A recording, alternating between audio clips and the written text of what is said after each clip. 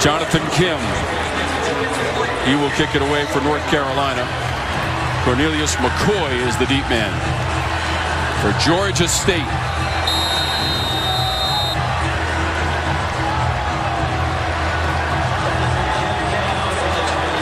On this solemn night across our nation, college football in the ACC, North Carolina and Georgia State. And there will be no return.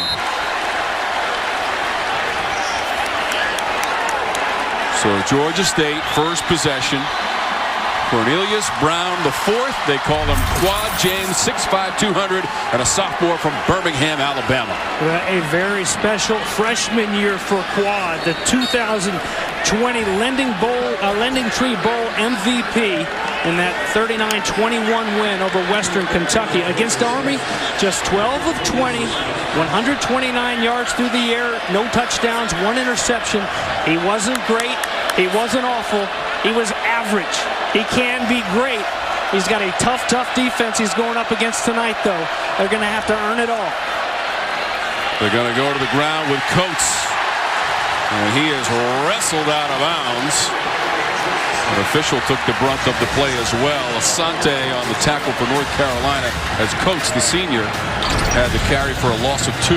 Wow, watch Eugene Asante, one of the great linebackers here. You see him just year after year, just reloading at that linebacker spot. Conley has been so special too. He had the first lick, but good angles to start off with. A little bit too quick and some bad angles. A little bit too aggressive early on last week. Just 177 yards in total for Georgia State a week ago, and that attempted pass to McCoy is incomplete. And now it's 3rd and long with Tony Grimes back there defensively for the Tar Heels. It's a catchable football. Sean Elliott knows it, and that's a big miss. A first down and a whole lot more.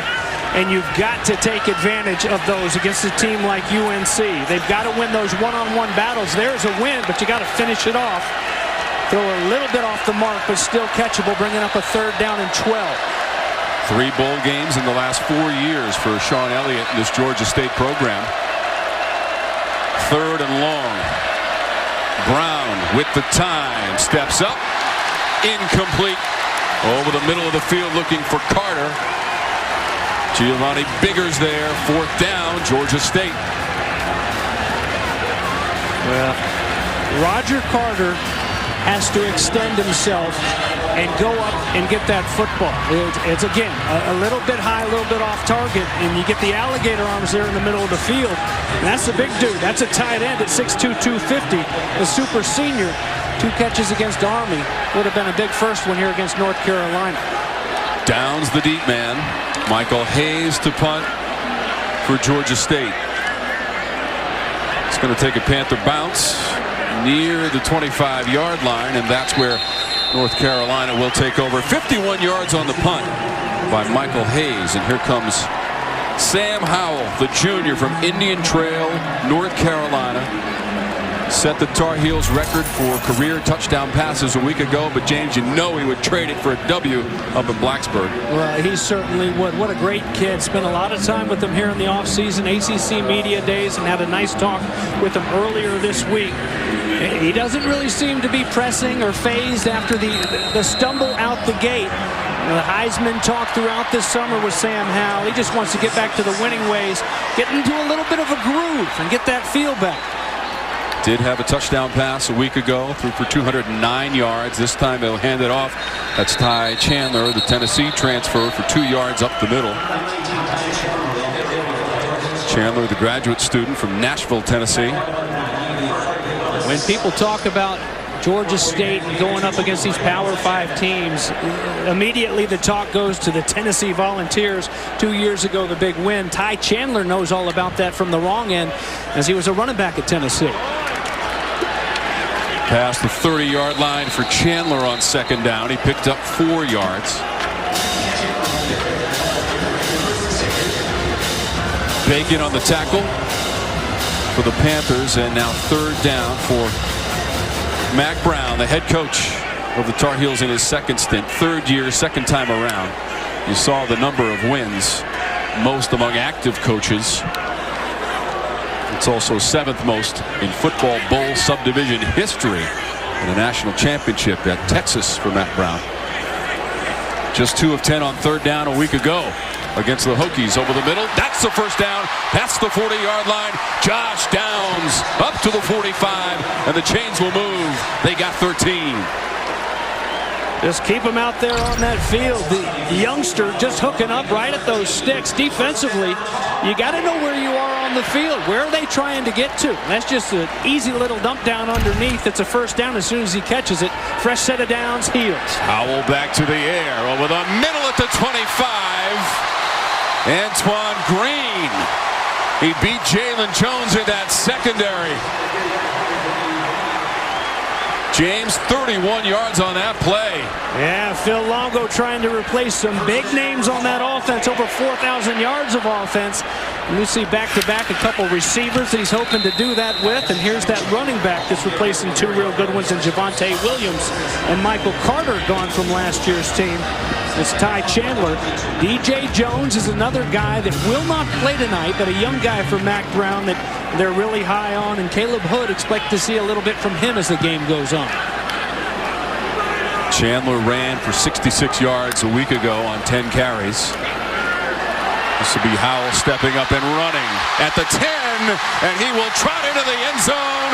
Touchdown, Tar Heels, and it's Sam Howell.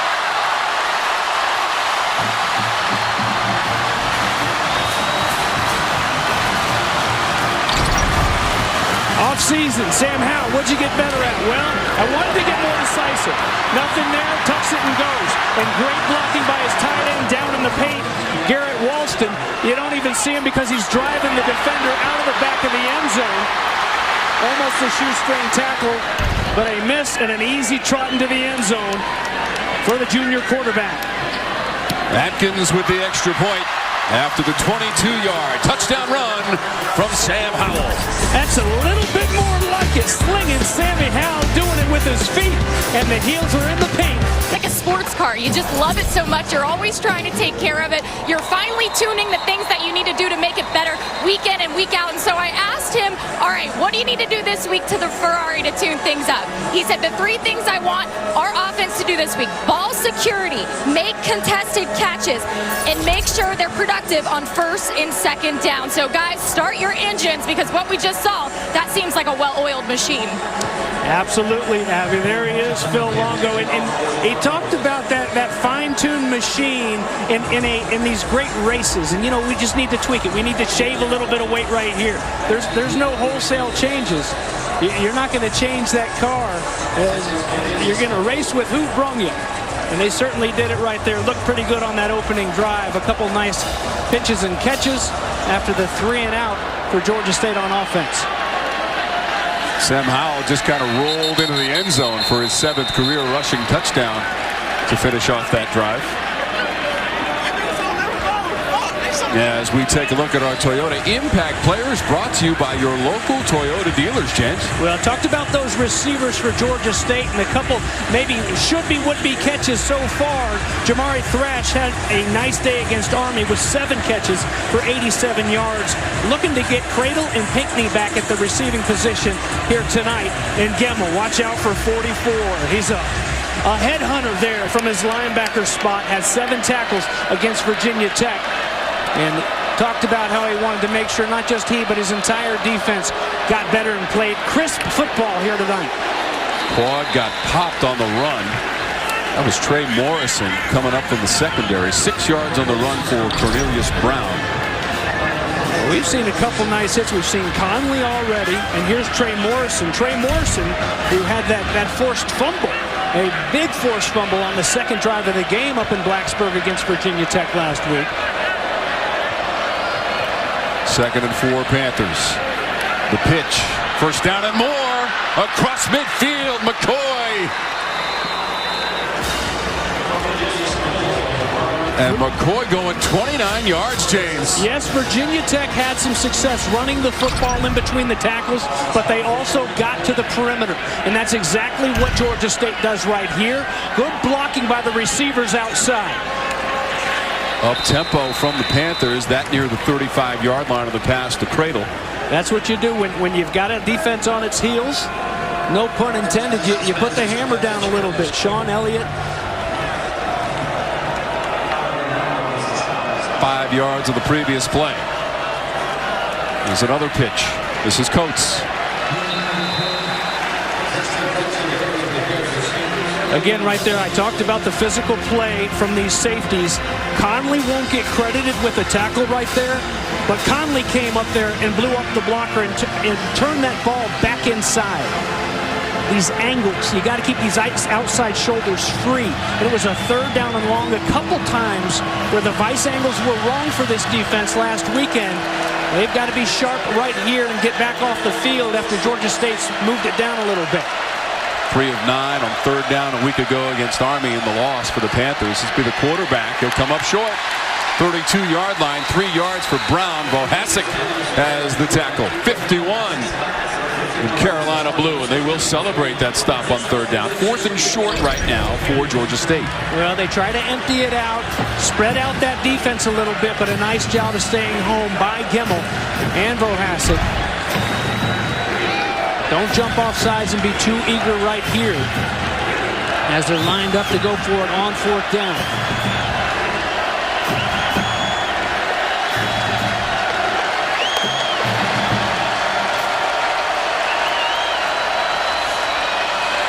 Brown, incomplete.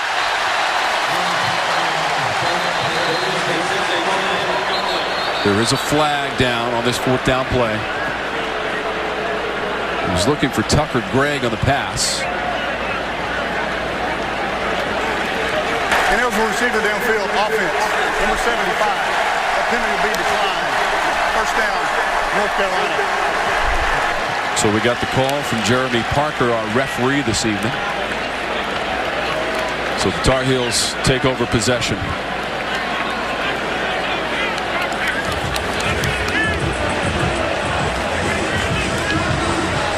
And let's go down to the sidelines. Abby Labar has a very special guest. Yes, guys, I am joined by the legendary Lawrence Taylor, who is back in a place where your career started. Can you just tell me what it means to you when you're back here surrounded by all these Tar Heel fans? Well, you know, I tell you the truth, you know, when I came out of high school and came to Carolina, I didn't know what was going to happen, but I'll tell you what, I've had the greatest time of my life at Carolina. The competition is great. The people are great. I look at, my pro career, and I'm very proud of my pro career. But it all started here. It all started between the 20s. So, I mean, hey, I love this place. Absolutely. Can you pick a favorite moment or a favorite memory being here at UNC? Well, you know what? Hey, my favorite moment, I guess, is when we was playing Clemson, in Clemson, my senior year. We had just lost to Oklahoma. They just really spanked us pretty good. And so we did have to leave that. And Clemson got the ball on the 1-yard line, and they had 4 downs to punch it in, and we just clobbered them and won the game. And I tell you what, that was the biggest moment as a player that I've ever had. Well, I can tell you what, you made an impact here, and the players currently at UNC look up to you. You had a chance to meet Jamon Fox, who passed you on the all-time sacks list. What kind of player is he? I mean, he's a dedicated player. He's a hard nose. He's going to do well in the NFL. And if he keeps his head right, he might get better than me. Oh, those are some big words coming from you. I didn't say guarantee. I said maybe. All right. Well, thank you so much, guys. You heard it right here from the legend himself, LT, Jamon Fox. We better keep our eyes on him. That's right. Oh, that's awesome. LT. I'm so glad that you got to catch up with him. So good to see him down there cheering on his Tar Heels. He's watching Howell go deep to the goal line, and it's a touchdown. Antoine Green on the business end. 57 yards from Howell.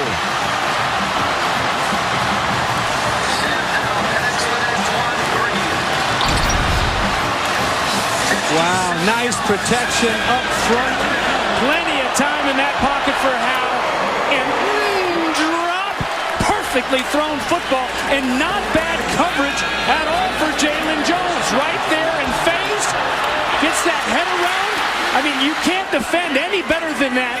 But you can't throw any better than that and catch any better than that either. That's a beautiful football play right there. Sammy Howell, one on the ground, and now one big beauty through the air for touchdown number 2. And a touchdown pass in every single game he has played in a Tar Heel uniform, James. 27 games. Howell finds the end zone. To Antoine Green. He's got a couple of catches for 88 yards. Already has his career high in yardage as we play in this first quarter. Well, and this is really Antoine Green's first true starter year. You know, there's been the other guys have come through there in Jamari Brown, Daz Newsome, and we talked earlier about replacing that 4,200 yards of offense. Well, big hitters like that, that'll help put a dent in it. Antoine Green, the senior from Rockledge, Florida. And Howell now 5 of 4 for 101 yards with 7:55 left in the first quarter. No return for the Panthers. Tar Heels up 14-0 with 7:55 to go in our first quarter from Kenan Stadium, the home opener, welcoming in Georgia State. First all-time meeting between the programs. Georgia State out of the Sun Belt Conference. Just the 12th season for this program.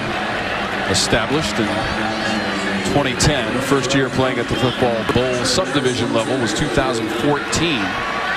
But as James mentioned, they went to a bowl game a season ago, the Lending Tree Bowl in Mobile, Alabama, but lost to Western Kentucky.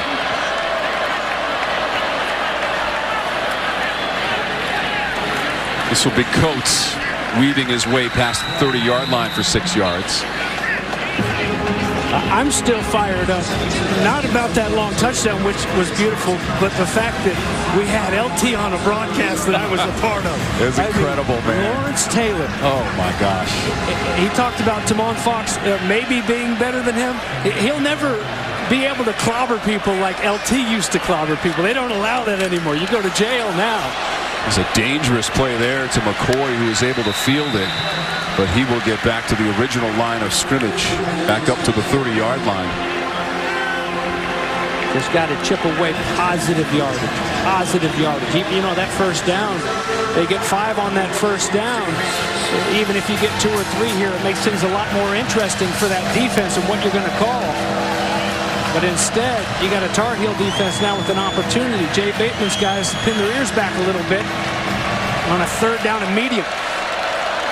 0 for 2 in the first quarter on 3rd down for Georgia State.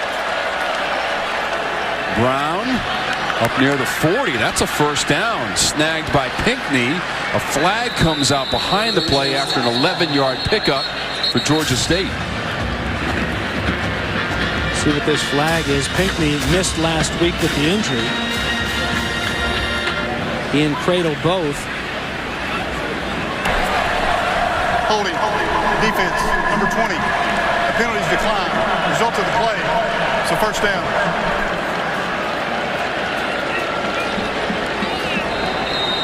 Pinckney, leading receiver last year, 47 catches and 7 touchdowns. Those chains will move, so a fresh set of downs and much needed, trailing by 14 early, Georgia State.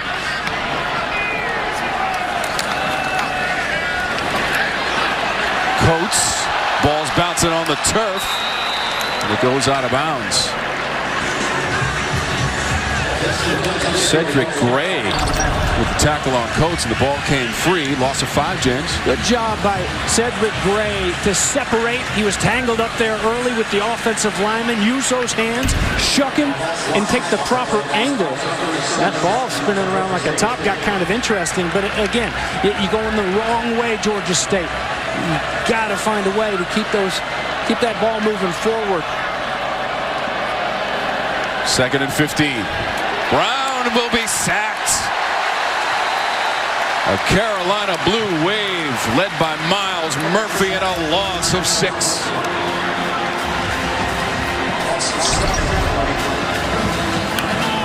Miles Murphy, look at him, just walk the center right back into the lap of Quad Brown. That's a sophomore, ladies and gentlemen. Pump it up.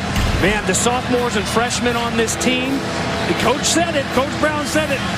Those are the most talented players on this team, and you've got some great seniors and some great juniors as well. Exciting times in the future for the Tar Heels. 3rd and 21. Greg, left side, just past the 40, flag is out. On 3rd and 21. He got 10, but there was a penalty marker. Cameron Kelly on the stop.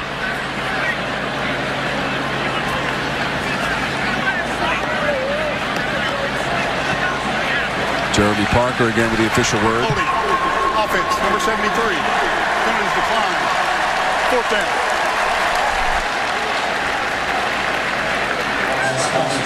So the Panthers will have to punt with just over 5 minutes to go in our first quarter.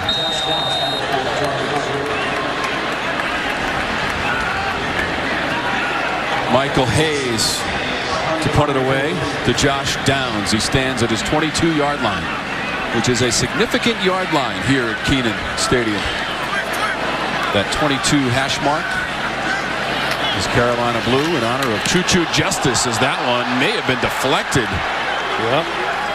It's going to roll for the Panthers inside the 35, but the pressure was coming from North Carolina from the punt team.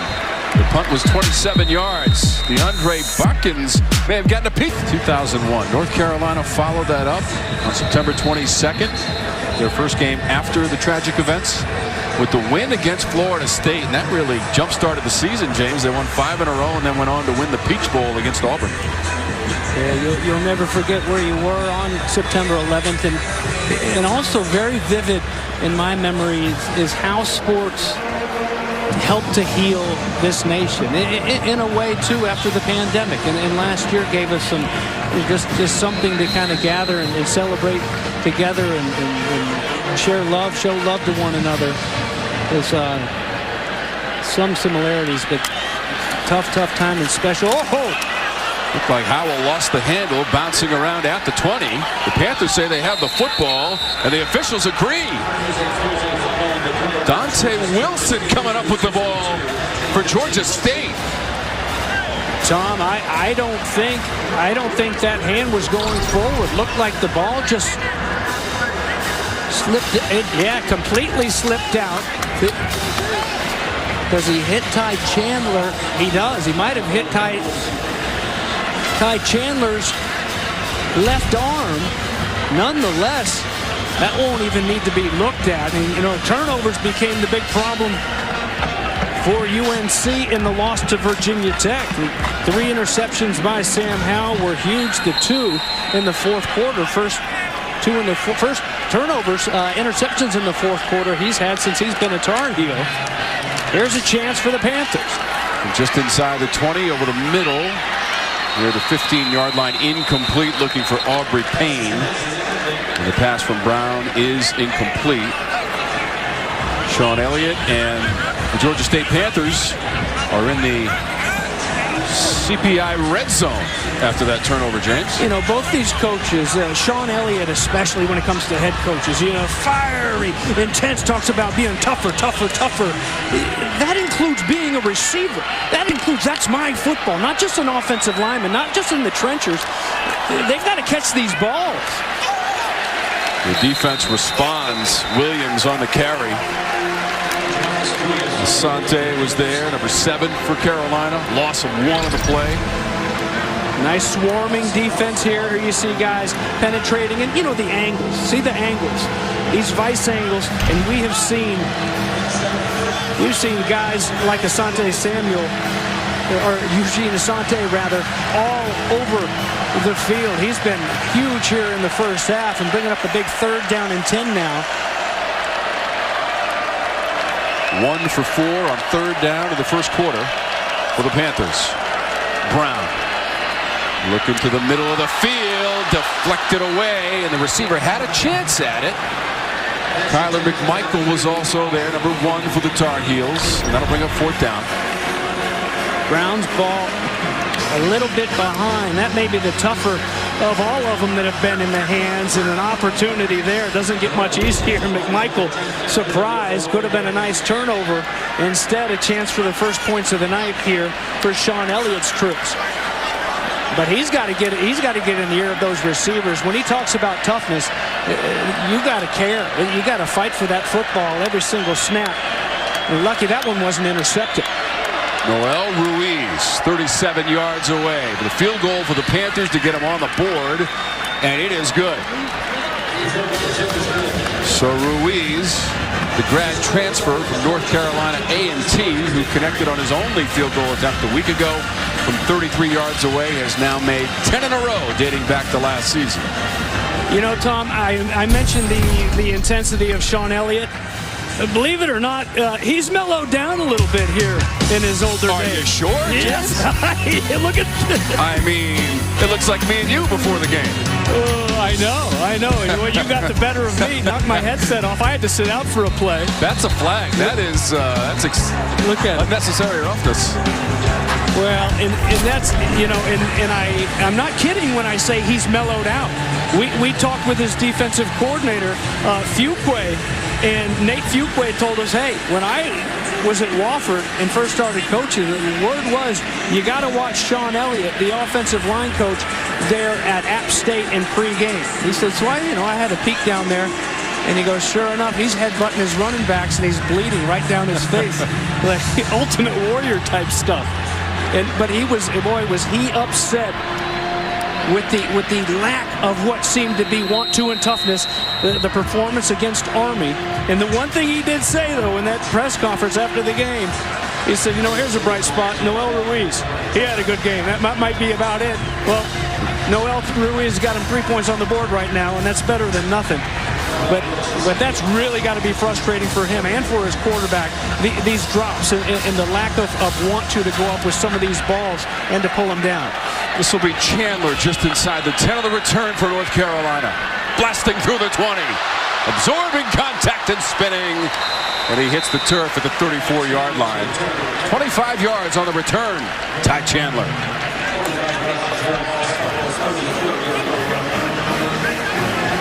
And we take a look at our Toyota Impact Players, brought to you by your local Toyota dealers.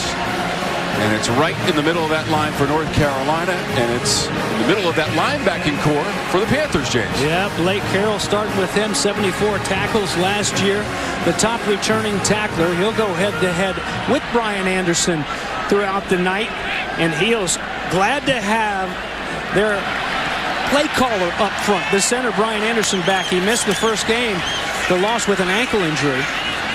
And here with the short gain, I'll finish up on that because, you know, at times you were wondering, gosh, what's going on with this offensive line? All of these returning guys, they've played how many snaps together? You know, with the exception of Charlie Heck, I think the entire offensive line has been together for 3 years. It's almost unheard of.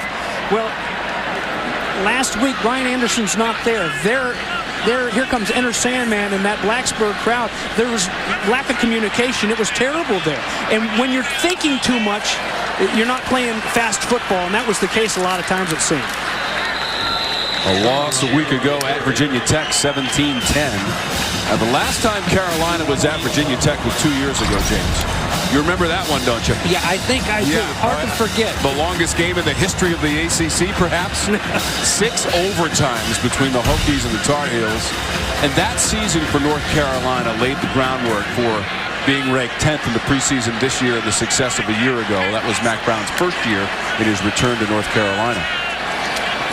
Howell over the middle. That pass complete to Morales. Close to the line to gain, but maybe a little bit short. 7 yards on the play. Third season in the second go-round for Mack Brown.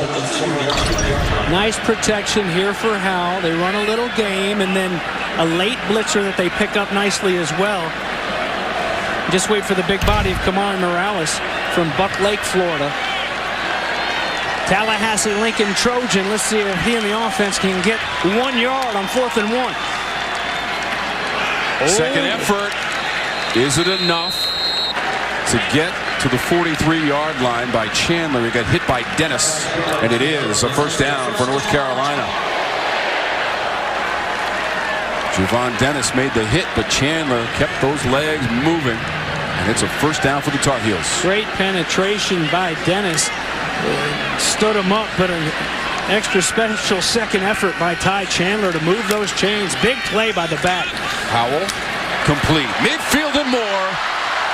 Near the 40-yard line to Morales, and 17 yards for North Carolina.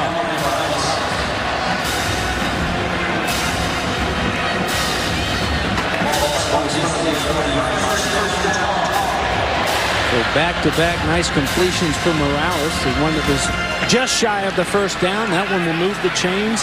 Tallahassee Lincoln is one of the better programs in the Sunshine State. Lincoln Trojans have turned out a lot of great football players over the years. Howell wants to throw it again. He's going deep to the end zone, and it's too far for the intended receiver. Justin Olson, number 83. Too far ahead of him, aiming for the end zone for Sam Howell, who in his freshman season was a freshman All-American and the ACC Rookie of the Year. And then last year All-ACC under the guidance of Phil Longo as offensive coordinator. What a relationship those two have, James. And they were both very surprised at the outcome a week ago, without question, in talking to them this week. Well, absolutely. An already outstanding quarterback, improved so much in the offseason. They couldn't get into that groove, and thanks in large part to the great effort by the Hokies. Downs.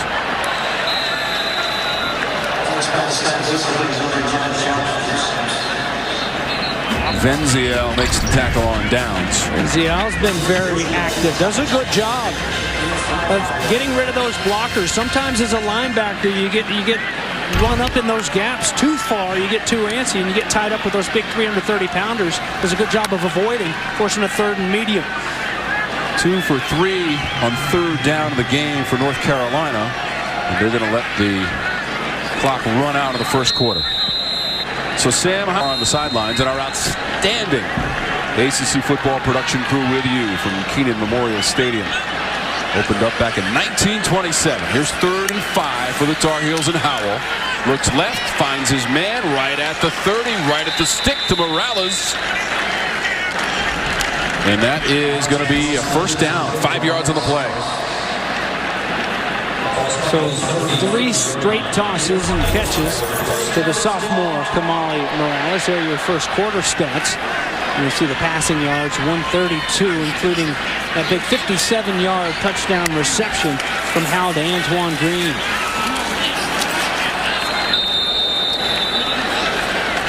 No gain on the play. Brooks on the carry.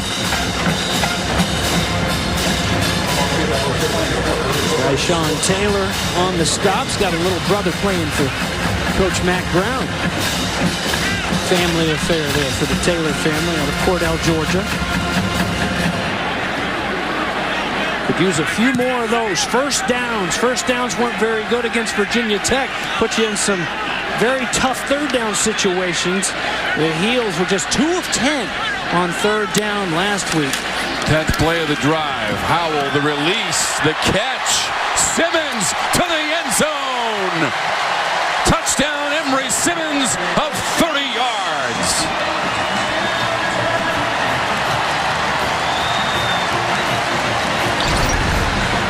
I mean, how do you defend this? These cornerbacks have been decent throughout the night, and here you've got a guy in Jalen Jones. Again, they picked on him, running stride for stride. What he thinks was Simmons, and slamming on the brakes, Emory Simmons, and that ball's waiting on him. Just waiting on him. And that's the kind of feel that you get with all these reps as you go through it with your new crew of receivers. And I know Emory Simmons as a junior isn't that new, but the new guys are looking pretty good here tonight. Second TD pass of a recent gift. Son Joffrey, a walk-on on this North Carolina team, carrying on the Saturday name in Carolina blue. And a nice moment on the field for Jeff Saturday and his family. They made a nice donation to the offensive lineman meeting room here in Chapel Hill, and he is scheduled to join Abby in just a moment, so we'll hear from Jeff Saturday. We already heard from Lawrence Taylor. The evening just gets better, especially if you're a North Carolina Tar Heel fan. Howell, by the way, in that drive, James, 6 of 7. And now 22 of his 27 games, multiple TD passes as Mac Brown greets Jeff Saturday and family. That's a nice moment on the sidelines. It's been all Carolina so far. Sam Howell has 167 yards through the air. That's just 10 less than the entire game a week ago, James, passing for Howell.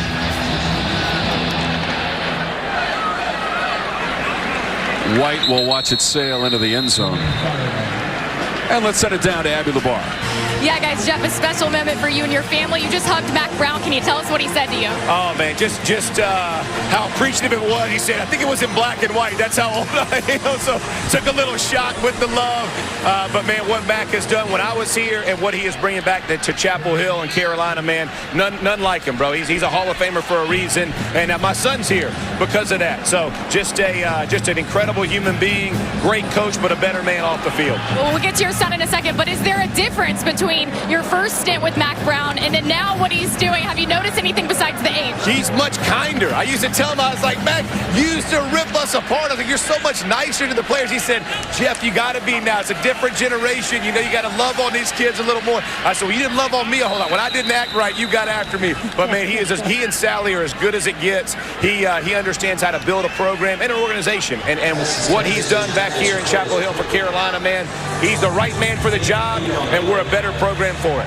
Absolutely. Well, speaking of loving on kids, your son, I'm sure you're giving him advice. I'm sure you give a lot of players here advice, but what is the best piece of advice that you've received or given to them and that you want to know, want people at home to know as well? Education first, playing second.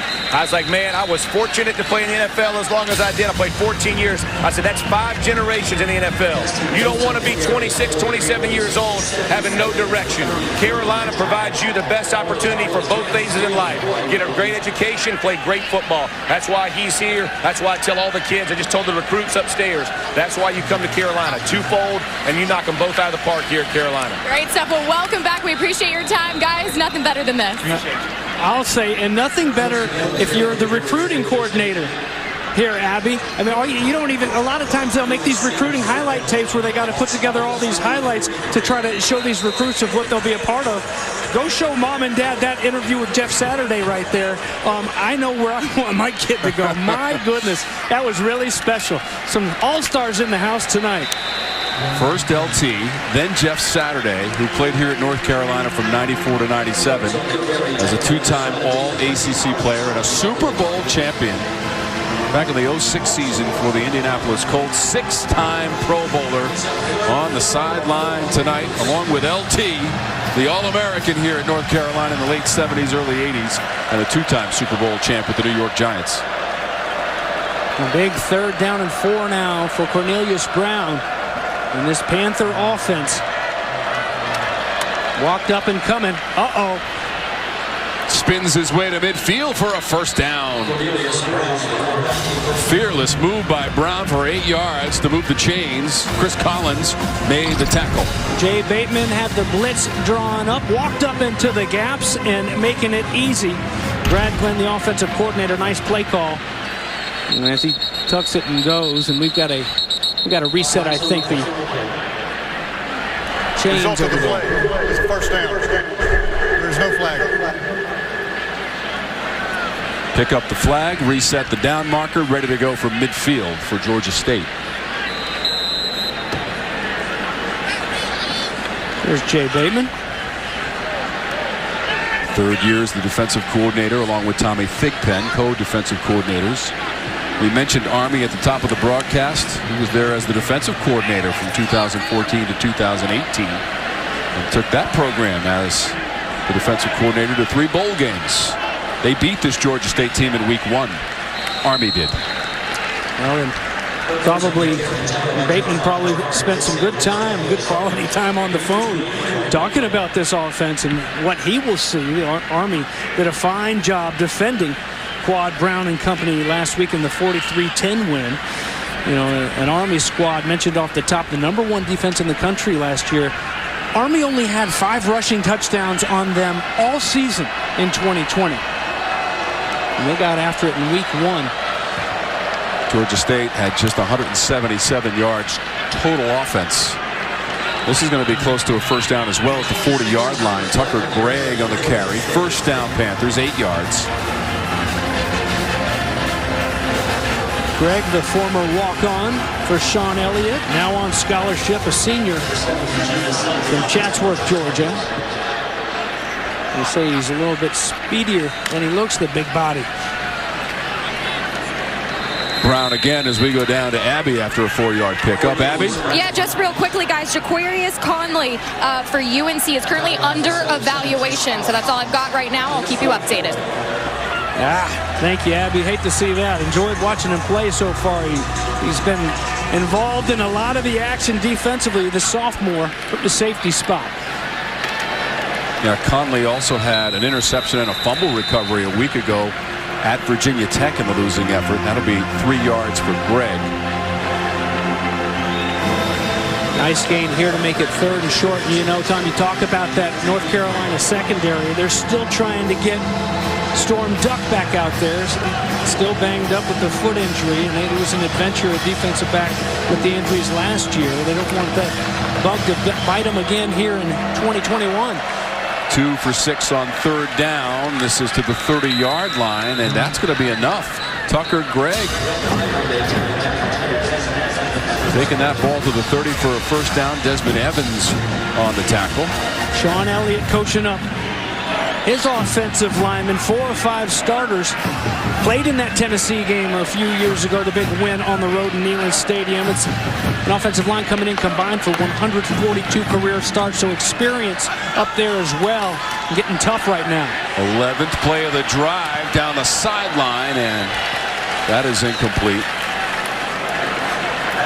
Looking for Cradle.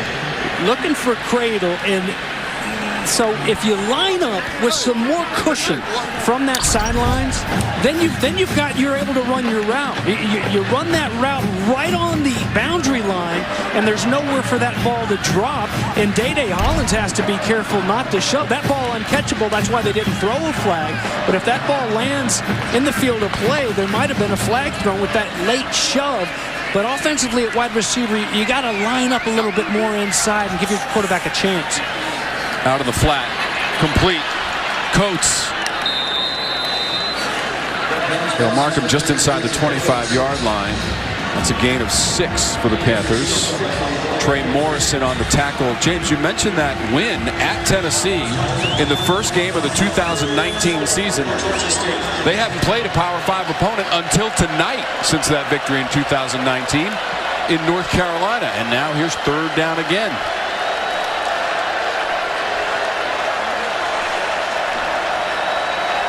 2 for 2 on 3rd down in the drive. Brown pitches it out around the edge near the 20 for Coates. Going to be awfully close, maybe a little bit shy. Asante came up to cut him off.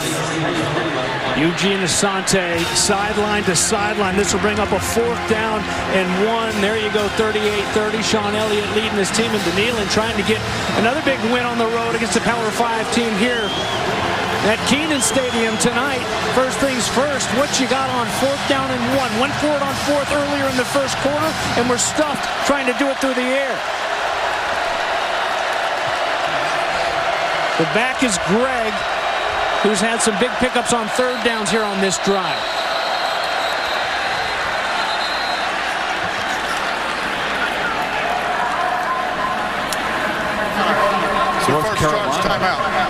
North Carolina has taken the timeout.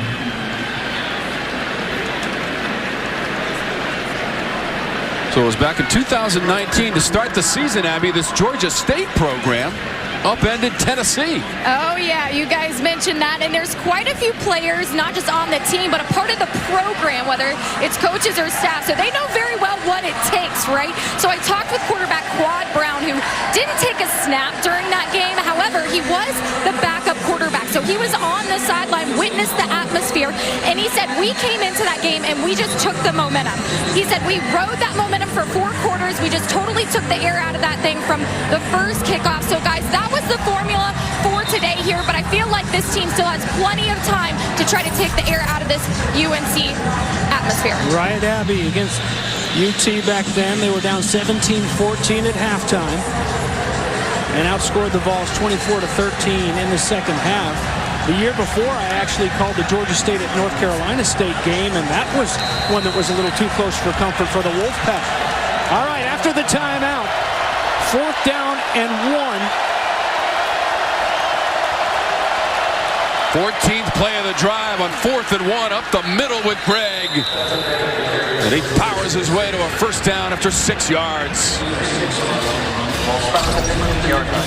Boy, good running low pad level by Greg, carrying bodies when he hits them, but there's nobody even close. This is 4th down and 1, and you've got those big bad guys for North Carolina on the other side of the ball getting completely washed out of there by that experienced offensive line, and Sean Elliott's jazzed about it over there. He's pretty fired up, more excited than he was in pregame.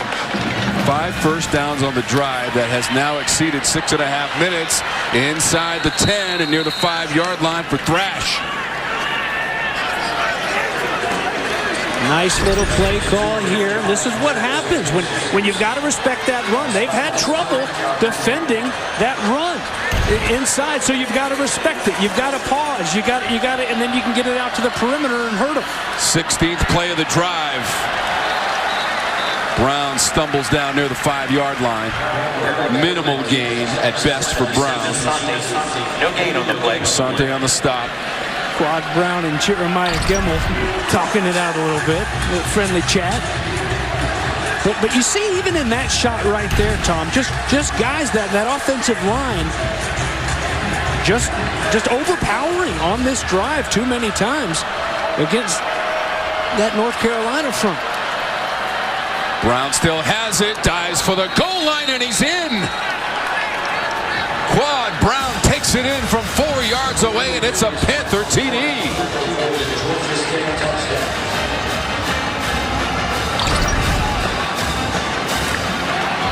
Again, a little RPO.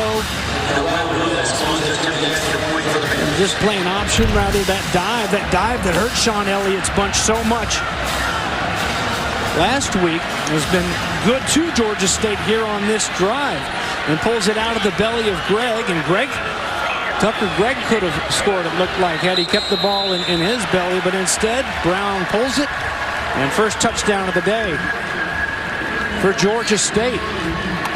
There's going to be a review on the play. We'll check it out and come back and give you the verdict. Indisputable video evidence to overturn the call. James Bates, which on the field was touchdown. It was called a touchdown on the field, but had this been called short an inch on the field, I think it would have been called indisputably that way as well. That's about as close as you can get.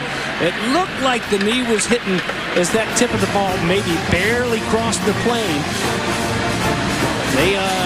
They saw everything they needed, and will keep it a touchdown. So it's 21-10, and Sean Elliott remained animated and hot for some reason throughout that timeout, even after it was announced that they would keep the touchdown.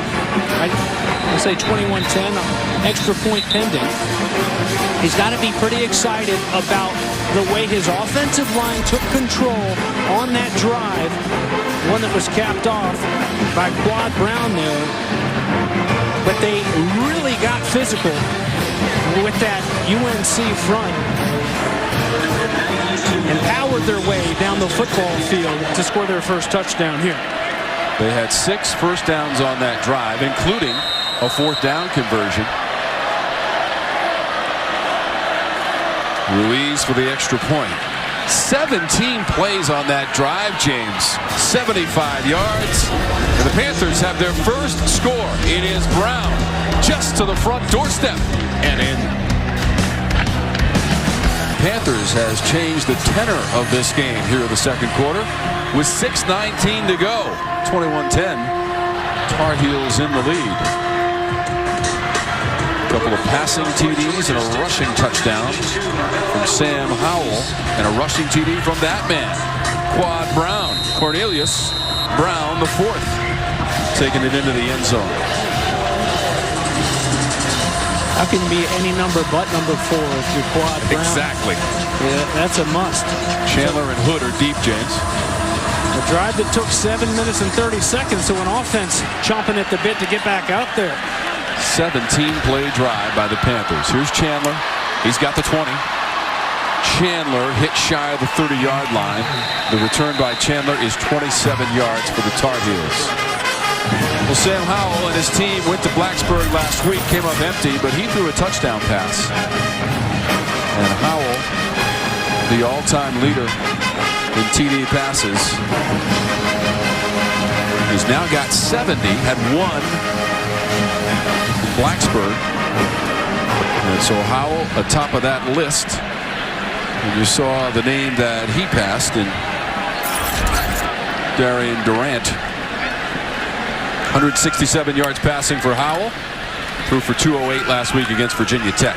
Ground game and Chandler. It'll be a lot of fun as we run the gamut in the ACC this year to watch some of these outstanding quarterbacks. Got to see Brennan Armstrong up at Virginia last weekend. 5 touchdown passes, I think, today. And Kenny Pickett, we'll see Kenny Pickett at Pitt, who had a big win, a gutsy win in Neyland Stadium. We'll see Pitt in Western Michigan next weekend, but seeing one of the best, not just in the ACC, but the country, in Sam Howell tonight. Trying to escape the pocket and pulled down to the 30, Sam Howell. There is no gain. Blake Carroll in pursuit. He pulled down Howell. Had a talk yesterday with Sam Howell, and he talked about how much he didn't like sliding when he first got here. He learned in a hurry that guys hit a little bit harder and they're a little bit faster, more powerful. In his freshman year, games against South Carolina, took a big lick against Miami. Didn't have a backup really then. On third down, that is short of the line to gain and incomplete. Looking for downs. Went right for downs. Would have been shy of that first down marker. And it looked like Antavius Lane, the sophomore from West Palm Beach there in his safety spot, does an excellent job. Again, we talk about where am I on the field? Where are they trying to break these routes off at? And knowing where you are, knowing what to expect with the formations. How about that stop? You got all the momentum offensively, Georgia State.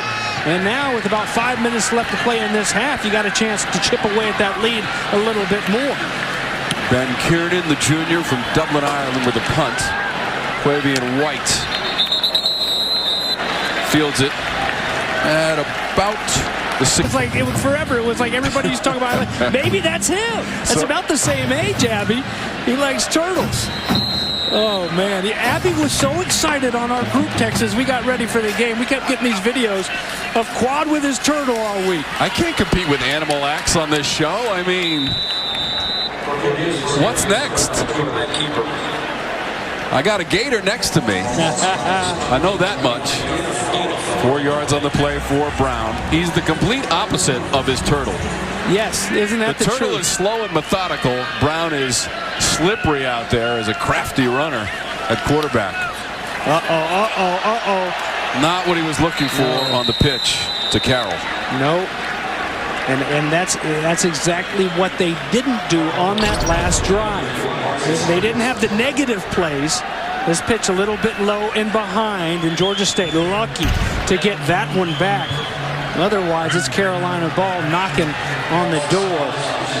Sean Elliott knew this was a big drive. This was an opportunity to pull within 4 maybe before halftime if you could put together another one like that last 7.5-minute drive. Now look for like a little screen or a draw. Swing it out.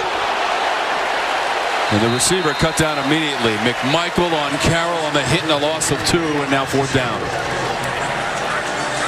And Kyler McMichael knew exactly what to look for. They needed about 15 yards, but still, you got to expect these screens, being safe down with your back near your own goal line here in this situation.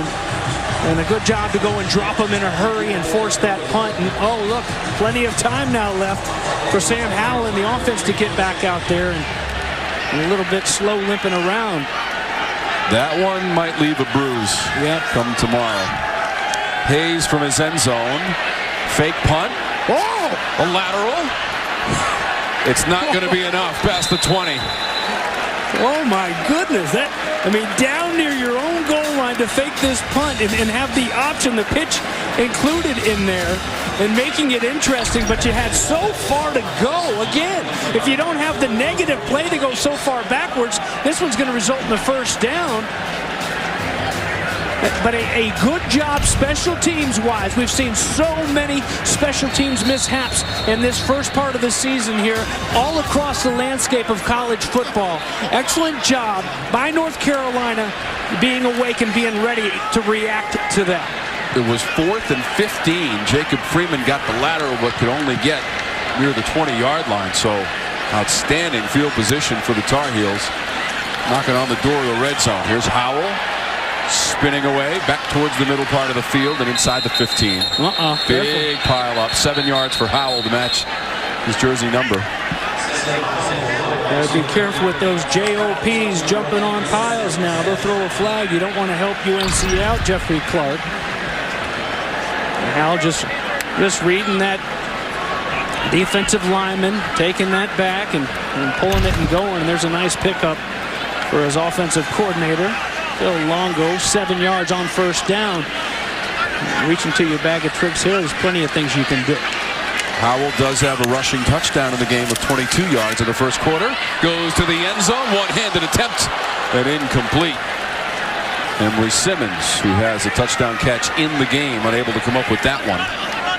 Looked like Quavian White was back there with him. It's time they go at Quavian White. We've seen Jalen Jones and White right there. He forces a throw that has to be absolutely perfect. And it was a pretty good throw and an opportunity to catch it.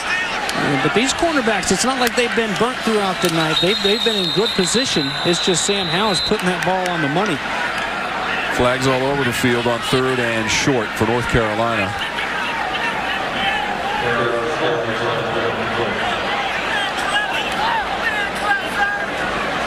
Mack Brown, by the way, 26-6 in his career in home openers, and 10-2 as the North Carolina coach when opening up at home. Delay game defense. Be a 5-yard penalty. Replay. 3rd down. Who is what Sean Elliott's saying. I'm not a great lip reader, but I can see that. Who is it? He wants to know, and what was it? So, delay of game. You know, a lot of times you'll see after a play a guy throwing a piece of equipment or kicking the ball or something like that, but I'm not sure where that came from. So now it's a first down for UNC. 1st and goal just inside the 10. Howell hands it off. Hood. It's a short gain for Caleb Hood, just a yard for the freshman from Rockingham, North Carolina.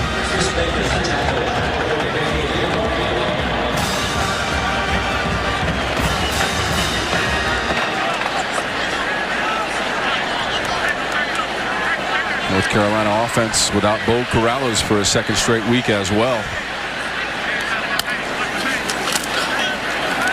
Howell pulled to the turf.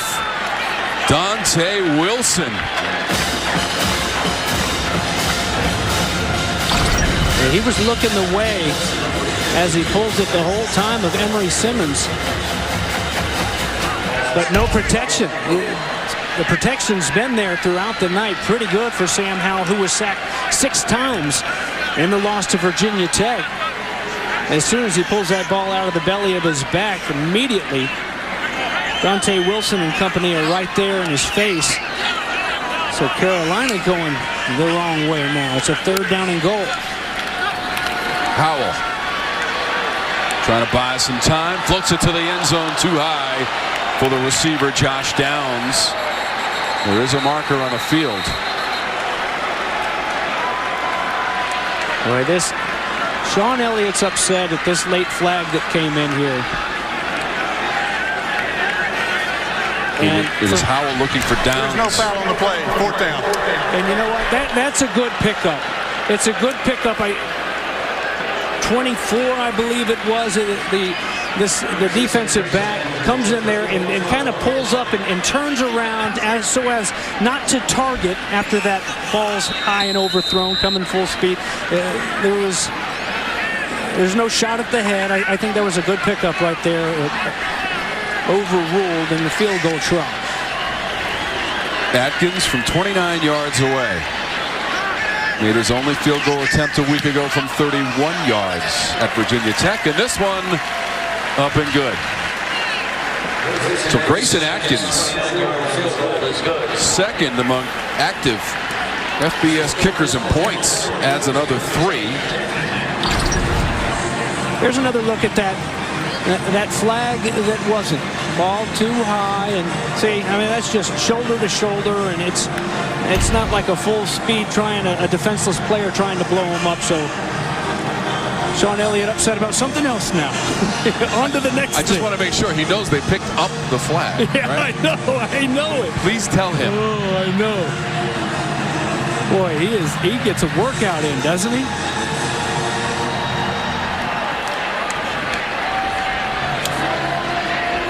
Coach Elliott getting his money's worth on the sideline for Georgia State. He's in his 5th season. 3 bowls in the last 4 years. They were 6-4 a year ago and 4-4 in conference play as they won their last 3 games of the season, including the Lending Tree Bowl against Western Kentucky. Went to the Arizona Bowl in 2019. That was the year they defeated Tennessee. And this their first game against a Power 5 opponent since then, back in 2019. 2 teams will play again in September next year. And that will be at Georgia State, and North Carolina will be the first ever home game in Atlanta for Georgia State against the Power 5 opponent. Well, that'll be nice. That'll be a little bit kind of like Florida Gators played down at USF today at Tampa, whatever they still call it, Raymond James Stadium, whatever it is down there now. You know, kind of. There's a lot of Tar Heels, I'm guessing, in the Metroplex in Atlanta, so there'll be a home game for them to come out and cheer on their Tar Heels. What kind of a drive is that, though, from Atlanta to Chapel Hill? That's not too bad. It's an easy drive, no problem. What is it? Depends on who's driving, Bates. Coates on the carry. You gonna make me beg? A loss of 2. I can't talk to Siri while we're calling a game. I can tell you it's 4 hours from Charlotte, so. That doesn't help me at all. Thank you, Tom. You're in the 6-hour range at least. Oh, okay. Yeah. Well, okay. Yeah, roughly. Tar Heels call a timeout with 31 seconds remaining. Nice chat with Mack Brown. He said his team was straight up overrated, James, after that first week, although they thought, and as a coaching staff, very difficult to go to Virginia Tech in that atmosphere in the first week of the season. As you said at the top of the broadcast, they may have preferred that game a little later in the schedule. Yeah, like maybe 4 weeks in. Sure. But still, you know, you hate to say that because that takes away from a Virginia Tech team that was ready, even playing field. But one thing that I did find interesting that Mack Brown said as you take a look at his career wins, Nick Saban right on his heels. Of course, he got a win today. Mack Brown stayed at 2 ahead. Brian Kelly, by the way, Toledo almost beat Notre Dame. And that would have been sat at 252. But Mack Brown said, you know, these rankings that come out in the summer, it's a bunch of guesswork, and nobody really knows. And he said, and we're a perfect example. At the end of the season, Virginia Tech's going to get credit for beating a number 10 team, but I don't feel like we were a number 10 team. We said, you know, maybe later in October would be a better time for some of these rankings to come out. The first rankings mean something. Gosh, then what would we do all summer? North Carolina ranked number 24 right now in the nation. 26 seconds on the game clock of the second quarter.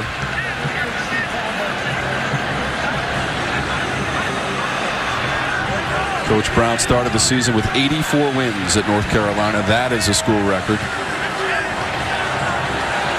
Mack Brown talking to the official. If they stop him, I want a timeout. They'll stop him. He'll get that timeout right now. Force him to punt that football away. Williams tackled by Gimmel, 2 yards on the play. Now 20 seconds on the clock.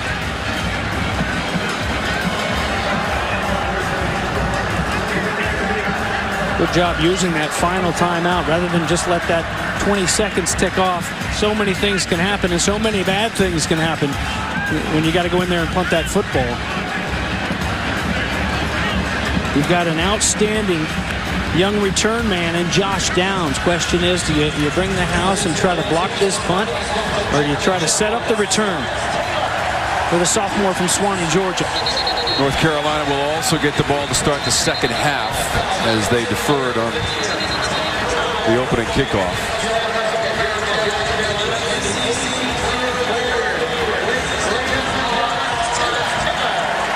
Lawrence Taylor was just announced to the crowd. You heard Abby's interview with LT in the first quarter.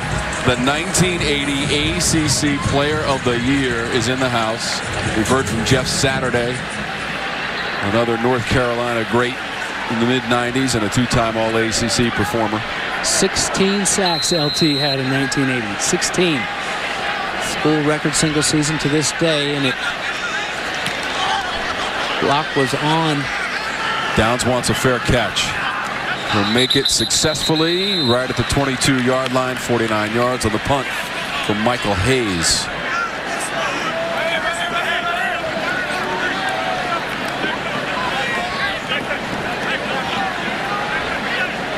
No timeouts left. We're going to get the ball to start the second half coming out. You know, got a long way to go in a short time to get there, so I've heard that before. Yeah, it sounds like Smokey and the Bandit. That is definitely Smokey and the Bandit. Keeping it ACC, that's FSU. Usually save that long time to go. Burt Reynolds. Look at where that ball is, right at the 22-yard line. Carolina blue for Charlie Choo-Choo Justice. Georgia State needs to be careful and not get a penalty here and help out along the way. Howell dancing. He's just going to throw that one away. That'll stop the clock with just 3 seconds left. Might be a wise idea, James, just to snap it and get to the locker room with the 24-10 lead. North Carolina scored touchdowns on its first 2 possessions. A run by Howell, 22 yards, and then 57 yards on the pass to Antoine Green. You know, but I wouldn't say even with a 14-point lead that there's a bunch of momentum there for the guys in the Carolina blue. This is the fumble from Sam Howell. You get down there near the goal line after the fake punt fail and unable to push it in, going back the other way. You get 3 points out of it. Conservative play call to Chandler is going to do it for the second quarter.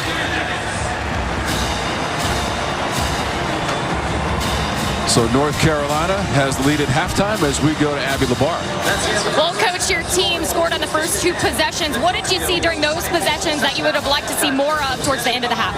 Abby, I thought feeling like they're clicking on all cylinders. They're going to be feeling pretty tough. You want your North Carolina team to have that same confidence and that same feeling when you go in as you prepare next week. You don't need to fix a lot of stuff on Sunday. You want to start preparing for that next team. And this second half will say a lot as to how they can approach football in the coming few days. And in fact, Virginia has won 4 in a row in the South's oldest rivalry, as those teams will meet for the 126th time next week, and that'll be here in Chapel Hill. So the Tar Heels have the ball to start the second half. Sam Howell in the first half, 9 of 15, 167 yards, and the 2 touchdown passes, 1 of 57 yards to Antoine Green. Green had 2 catches for 88 yards to lead the way for North Carolina. That's a career high for Green as far as receiving yardage is concerned. You wonder, too, can we get some balance going if I'm a Tar Heel fan? Can we establish a run where they're just running right here like this when you hand the football off? How about that one for Chandler? And 16 yards. First play, second half. Number 19 has a first down and more. Nice job. Look at those big guys get up and go body on body and then blocking down the field as well. That's the spark plug. Josh Downs, who's a big playmaker. But you got to block as well at that wide receiver spot. And that's how the big ones are sprung. And big enough for a first down to move the chains. Chandler had 20 yards rushing in the first half. 16 on that previous play. He's only going to get 1 this time for the grad student from Nashville, Tennessee. Nice job there to knife upfield by Trey Moore. Again, one of those guys He won't be in the books for the tackle made, but he turns it back in. You got to turn it back in. You can't give him the sideline to run to. One thing I did like about Trey Moore, the sophomore, too, he didn't stay on the ground. You can't make plays on the ground. He popped right up and went in and got a piece of it. Howell, deep ball, near the 20. Emory Simmons coming up with it with Quavian White all over him. Down at the 15-yard line and 42 yards. Sam Howell with those deep balls and those fades. Boy, does he throw a pretty rock. Here it's a little bit behind. Otherwise, Emory Simmons, who had a few steps on the defensive back, keeps on going. And that's one of the first times tonight you can say, hey, here's a defensive back that was truly beat. Simmons had him beat, Quavion White, but the throw a little bit underthrown, or it would have been an easy pitch and catch for 6. That's now 3 catches for Simmons and 73 yards on the touchdown.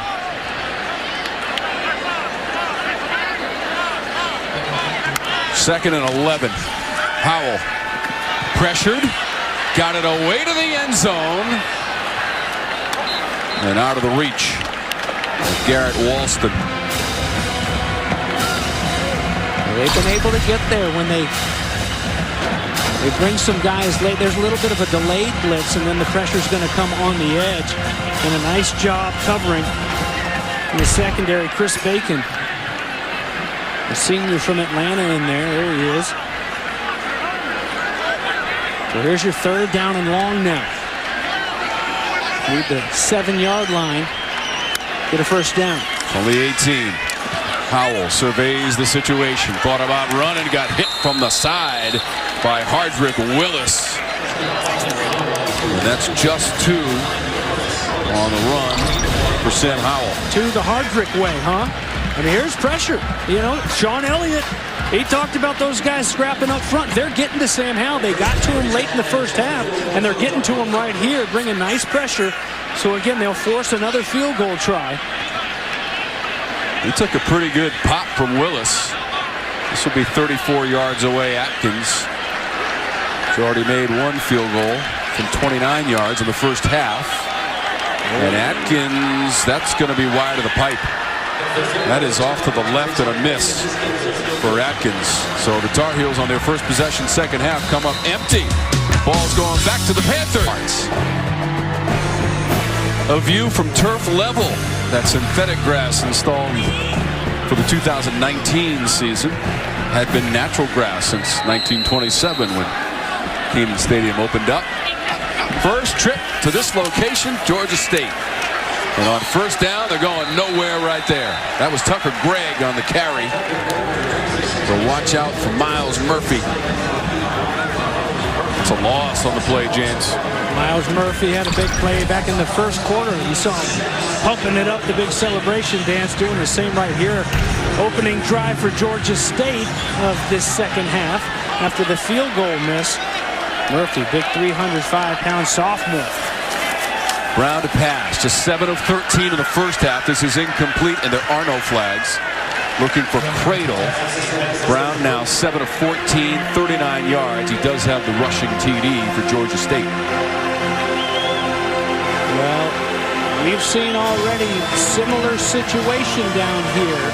A fake punt from Georgia State. So you got to be alert. You got to be aware of everything. On a third down and long situation like this where you've got the dog back in the corner. You just got to be careful of things like a double pass and stuff like that. We'll throw it all out as we've already seen the fake punt stuff, but you've got 11 yards to go now for Georgia State. 3 for 10 on third down. Brown out of the pocket. Gets rid of it near the 20. Breaking tackles. McCoy. And McCoy at about the 29-yard line. He might be about a yard short. They got 10 on the play. Jamon Fox making the tackle to stop McCoy. Just short of the marker. He made it interesting, and way too interesting if you're a Tar Heel fan. With 2 missed tackles and looked to be 2 pretty good angles. Come under control, wrap up, and drop them. You know, don't know how much practice they get of dropping guys to the turf, but still, that's football 101 right there. And here's a 4th down and 1 if they'll get it off, and I think they'll call a timeout, Sean Elliott, before they can snap it. They've already gone for it twice on 4th down and made one of those, stacking up the stats with 21.5 sacks in his career, James. Stacking up the starts as well. 37th career start here tonight. Jamon Fox, he's so much fun to watch on tape. He does such an excellent job of using his hands and leverage. Just got him at 1 tackle unofficially here tonight. It's, you can't blame an offense for wanting to run away from big number 12. He had a sack last week in Blacksburg and went past LT on the all-time list here at North Carolina for career sacks. 21.5 for Fox. Brother Tamari on that defensive line as well, number 56. This is 4th down. 1 of 2 in the game on 4th down for Georgia State. Call it 4th and 1 from the 29.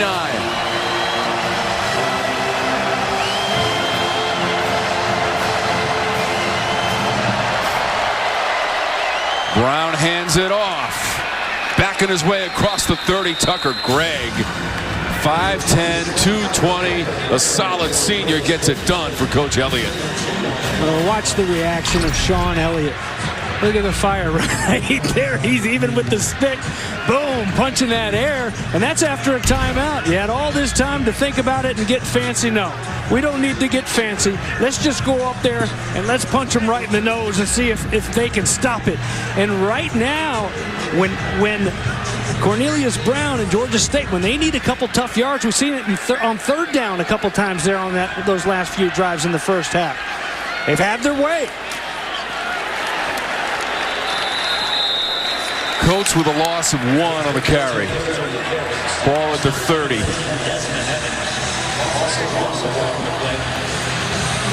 Big Miles Murphy, Greensboro, North Carolina, Dudley High School, making a lot of plays back behind that line.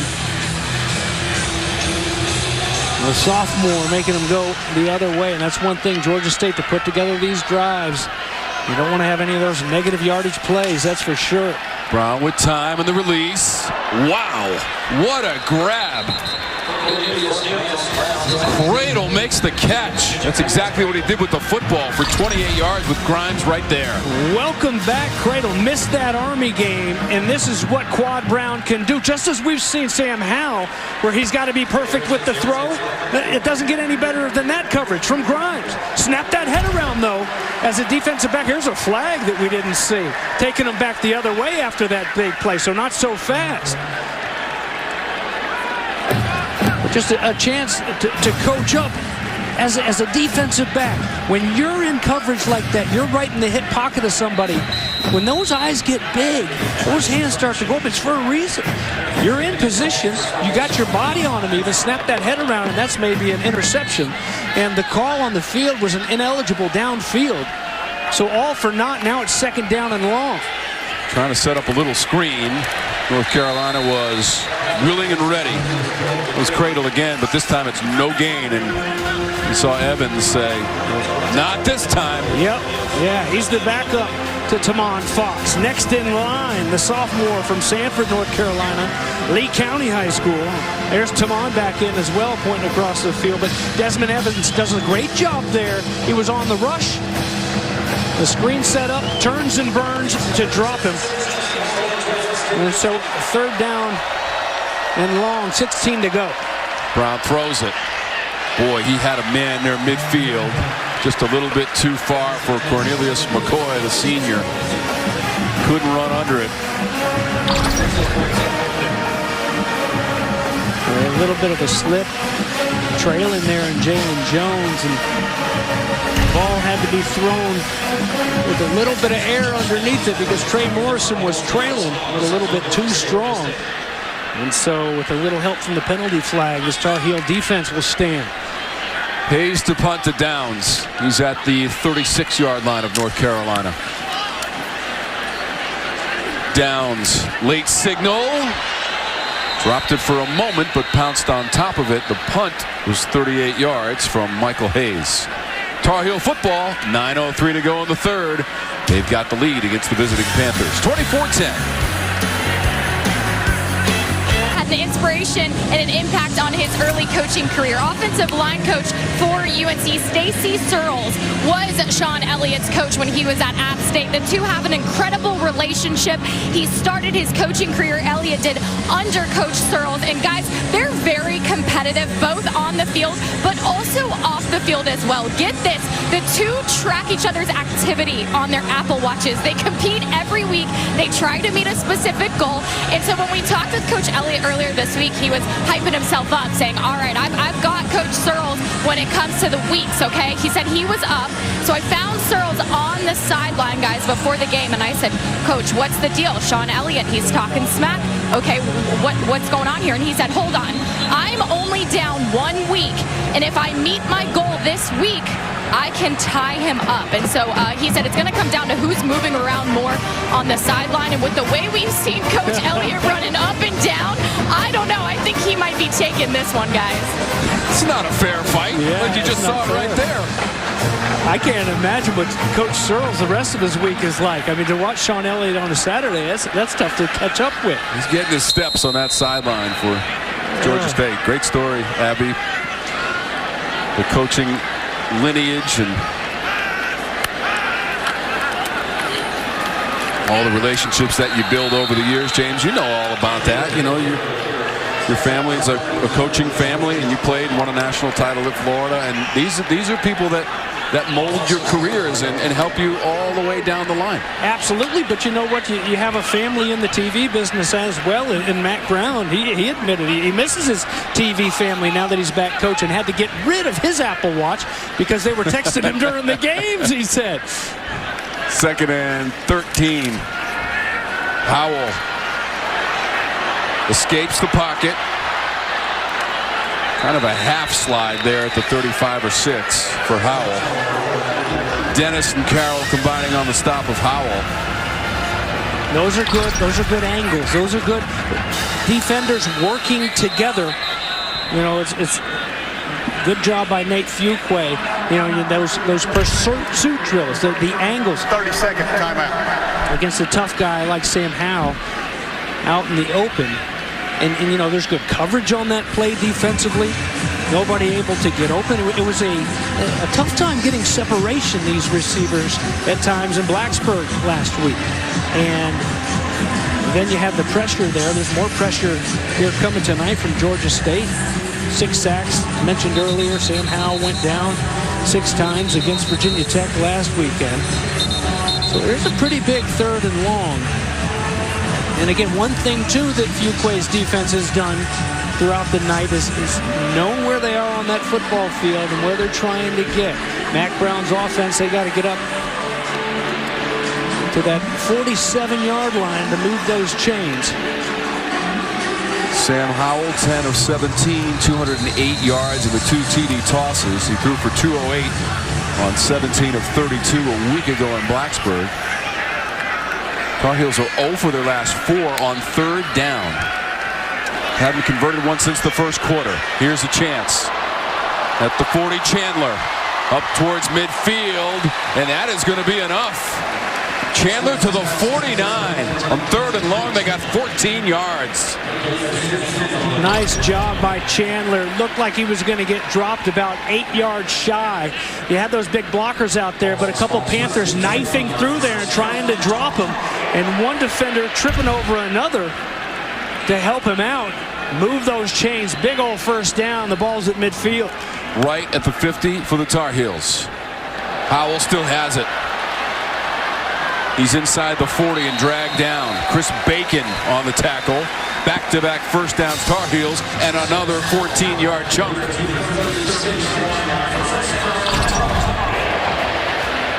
Just the whole way, that whole defense washes down, and this is just too easy. The pickup.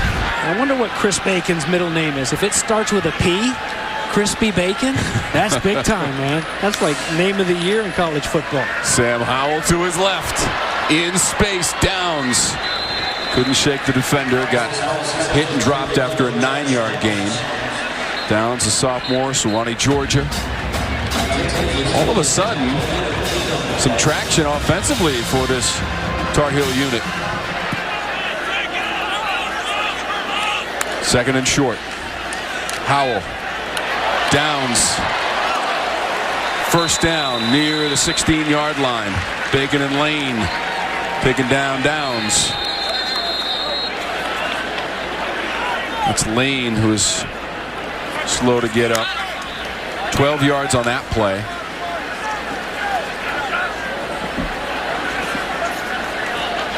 Nice play on that play action, and that just freezes those linebackers where you're throwing it right behind them. Lane, that starting safety, hopefully he's okay. The sophomore from West Palm has been very active here tonight.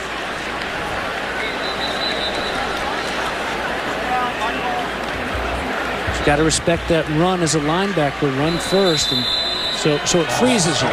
And at that point, with that slow developing fake, now you've got the route, you've got Downs behind you setting up shop, and it's an easy pitch and catch from Howell to Downs. And you're right, Tom, looking pretty good marching down the field right now with the heels.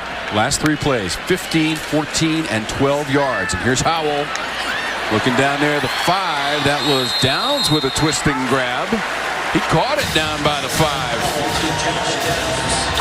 That's 11 yards. 4 straight plays, double-digit yardage. Look at that adjustment, James. Yeah, nice adjustment. Nice whip on the fly by Sam Howell. First and goal, just inside the 5. To the goal line. Just short of the goal line. British Brooks got the carry. And he dragged that pile close to the goal line. Good job up front. Light blue beating the white jerseys that time. Oh!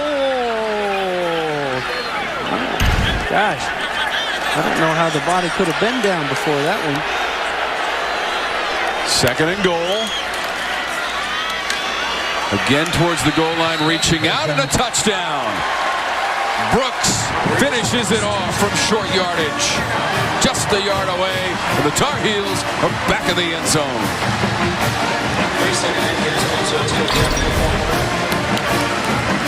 Tar Heel fans like the way that one felt, driving right down the field and capping it off. There's the lunge over the top, and you see right there at the bottom of that pile, Brian Anderson, the center, who missed last week, back in action. He had his guys buried in the paint, his defender buried in the paint, and they went right over the top of him. So British Brooks slamming it in from a yard away, James.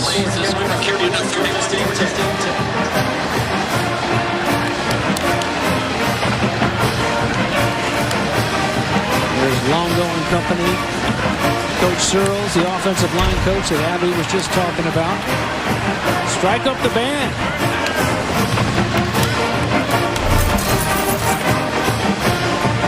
Time for our Yellowwood 5-star drive summary. 9 plays, just over 3.5 minutes. And it's Brooks with the 1-yard rushing TD. He's the one who took it right down to the goal line, and then he finished it off. James? Well, and, you know, there was a little bit more balance to it. It was a big conversion on the 3rd down and long on the screen pass to Ty Chandler. A couple nice runs by Sam Howell in there.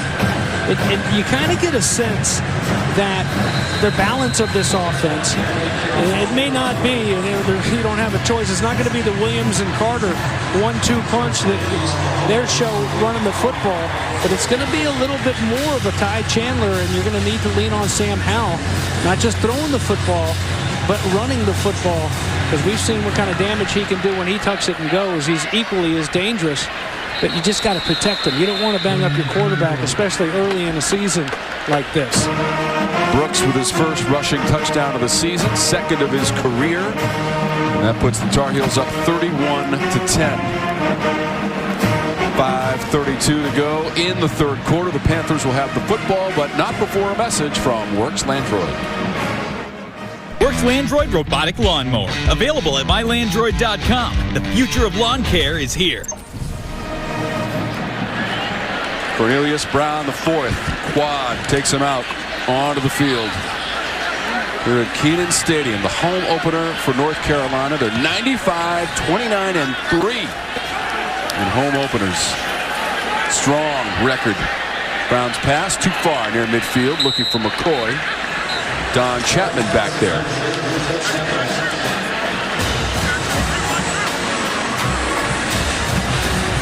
Tar Heels have won 9 of their last 10 home openers.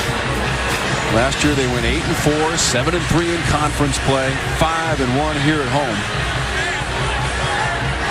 Made it all the way to the Orange Bowl, losing to Texas A&M 41-27. First major bowl game for Carolina since 1950 and the Cotton Bowl. Incomplete over the middle for Georgia State, and that was McCoy again. There's an all-Sun Belt player. I mean, Cornelius McCoy, a senior from Deerfield Beach. It just can't happen. You can't beat a top 25 team in their house dropping the football. And there haven't been as many as of late for Sean Elliott's team. Early in the game, there were quite a few. That one's just a first down and a whole lot more, and you're marching and moving those chains, and instead, now you're 0 for 5 on the last 5 third downs. You got to come up with a big one. This will be short. Dixon made the catch. Morrison made the tackle. Just 3 yards on the play, and 4th down for Georgia State.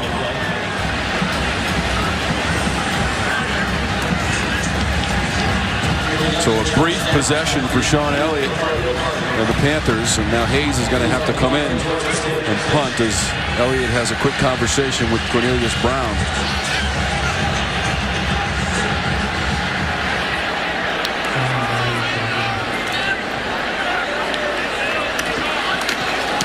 Downs is deep, has to backtrack, wants the fair catch and makes it, backtracking inside the 25.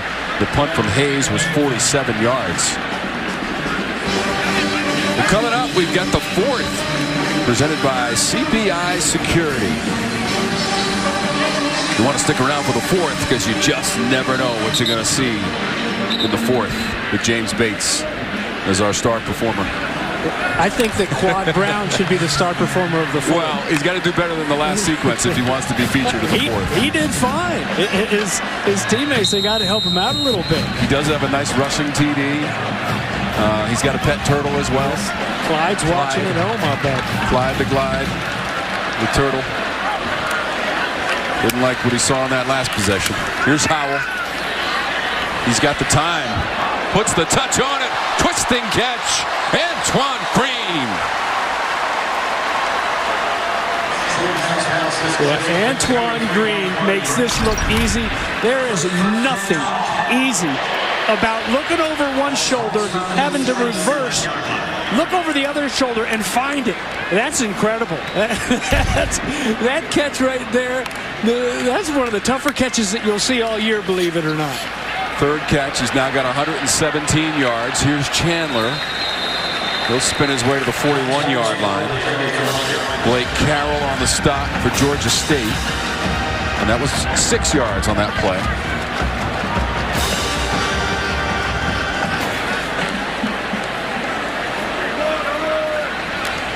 So we're inside of 4 minutes to go in the 3rd quarter. Howell to the 30, Josh Downs. First down and a flag. They're going to mark him at the 31. A flag came flying in. It'll be 10 yards on the play if it stands. Personal foul. Face mask. Defense, number 12. 15 yards. First down. Panther defense starting to get a little bit frustrated. Here you see the end of it. And then just flying in there and trying to make something happen and drop the ball carrier. Grabbing the face mask along the way and costing the team a little bit. That was Tyler Gore, senior from North Myrtle Beach. But that's a perfect example, looking at Josh Downs.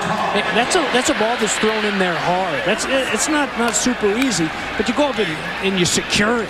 You want it more than everybody else on the field, and that hasn't always been the case for Georgia State. But Josh Downs, one of the hardest workers, maybe the hardest worker, they say, on this North Carolina team. You know, there's some want to in that. That's the way you got it. That's the only way to win football games, especially as the competition gets tougher and tougher. 6 catches for Downs for 58 yards from Sam Howell.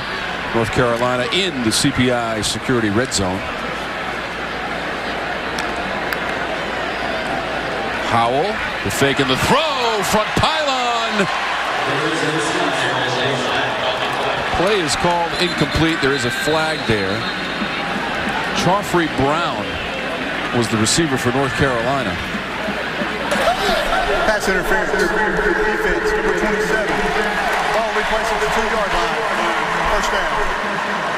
27 is Jalen Jones for Georgia State.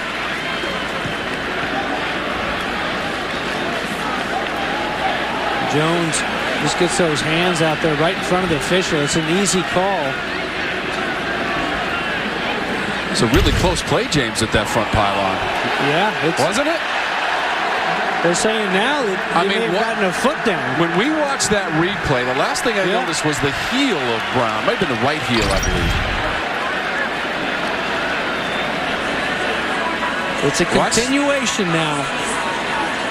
So it doesn't matter in that situation. It's not a toe drag. It's a heel to toe. So unlike if you're going out front first. Wow. Oh, that's what close. a look at it right there. I mean, our technical crew all over that. It's a great look, but they called it incomplete, out of bounds on the field. That right there can't overturn it. But watch this heel right there. He's got possession too, wouldn't you say, James? Oh, yeah. Wow. It's close. And what makes it tough is when that heel digs into the turf, you see those black rubber pellets, they spring up, so it almost looks like there's green, there's dark in between the white. I don't know how they can overturn it right here. You know, unfortunately in that situation, it's not just the toe, it's a continuation of that whole foot. Well, Joffrey Brown is the younger brother of Jamari Brown, who was the second leading receiver in the ACC a season ago before moving on to the next level. And we haven't called Joffrey's name all night until this moment. Give it to him. I'll tell you, Give it to him. You need indisputable video evidence, and that is about as close as you are going to get. Again, the call on the field, as James said, was incomplete. Both officials looked at one another near that front pylon and were indicating an incomplete pass. But upon further review in the official review, let's see what we get. You must have indisputable video evidence. Is there enough? The ruling on the field of incomplete pass stands. It'll be first down. That's an interference. Notice the terminology, it stands, not confirmed. It just stands. It stands, but it's a fresh set of downs for Mac Brown and his offense. It would have been nice if you're a Tar Heel fan to chalk one up for Joffrey Brown, the sophomore from Charlotte, but instead, after that interference penalty flag thrown on Jalen Jones, you've got it first and goal from the 2. All kinds of window dressing from North Carolina pre-snap. Howell pitches it out. Chandler, he's got the room. And he high steps it into the end zone from 2 yards away for the Tar Heels.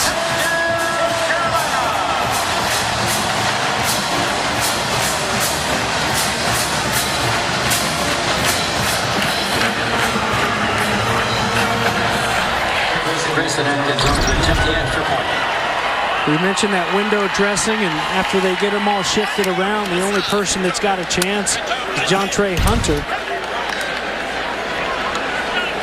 But even he can't flatten out and go catch Ty Chandler.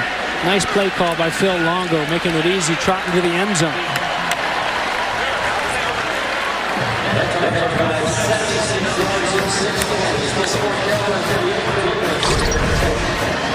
"76-yard drive. Oh, I think Longo got it. He might have gotten a nape trim at halftime. Did he get his hair cleaned up? High and tight. Always. 2:46 to go. The Tar Heels drive goes 5 plays, 1 minute and 49 seconds. And it's Ty Chandler with the 2-yard TD run. First of the season for Chandler. So now North Carolina's extended its lead to 38-10 after leading 24-10 at halftime. A 1-yard run from Brooks, and now the Chandler 2-yard run. That's the scoring in this third quarter, late in this period.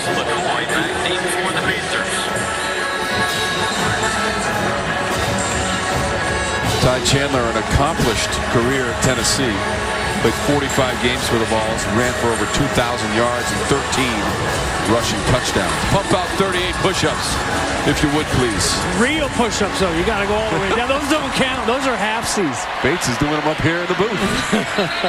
Hey, they were doing them. The ROTC was doing them this morning in the 9/11 Run Memorial here at Kenan Stadium.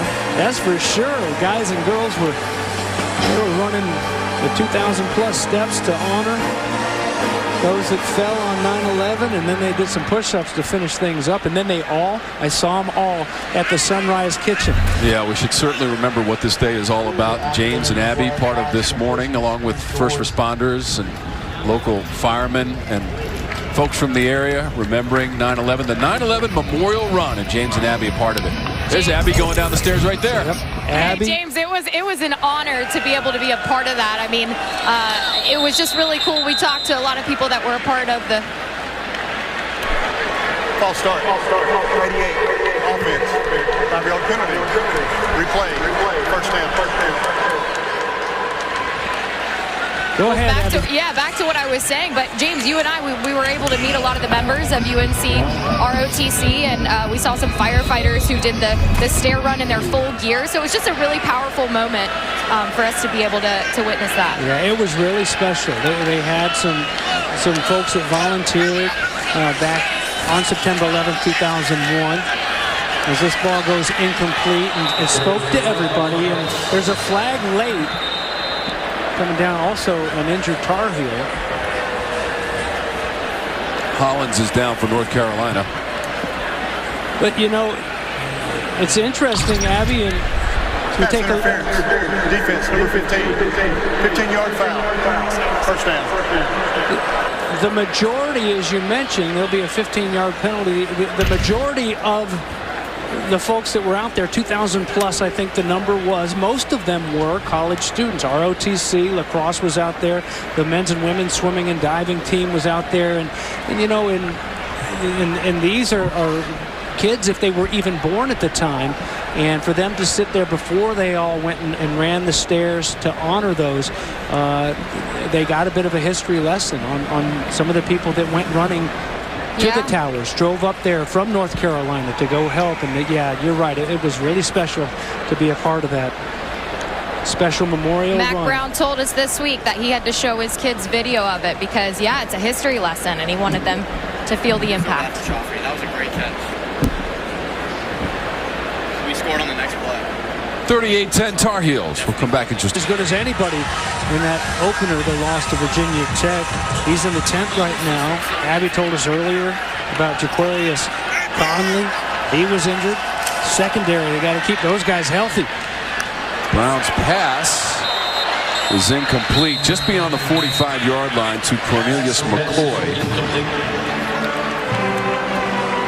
So now the Panthers staring down third and long once again for Sean Elliott.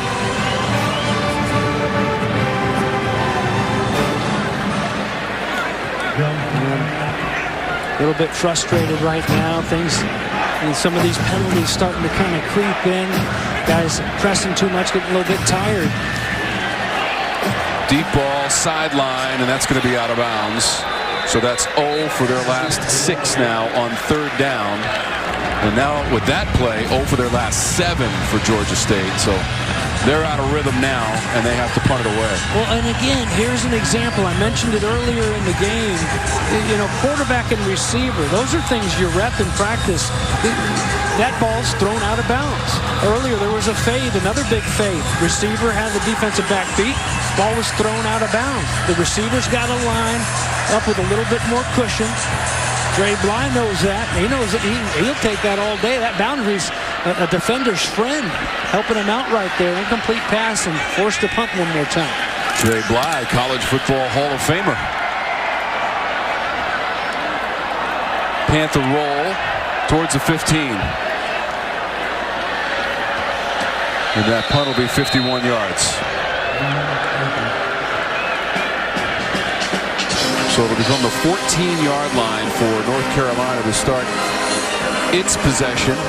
You saw Downs there. He's got 6 catches for 58 yards. Leads the team in catches. Antoine Green has 117 yards, and that includes a 57-yard touchdown reception.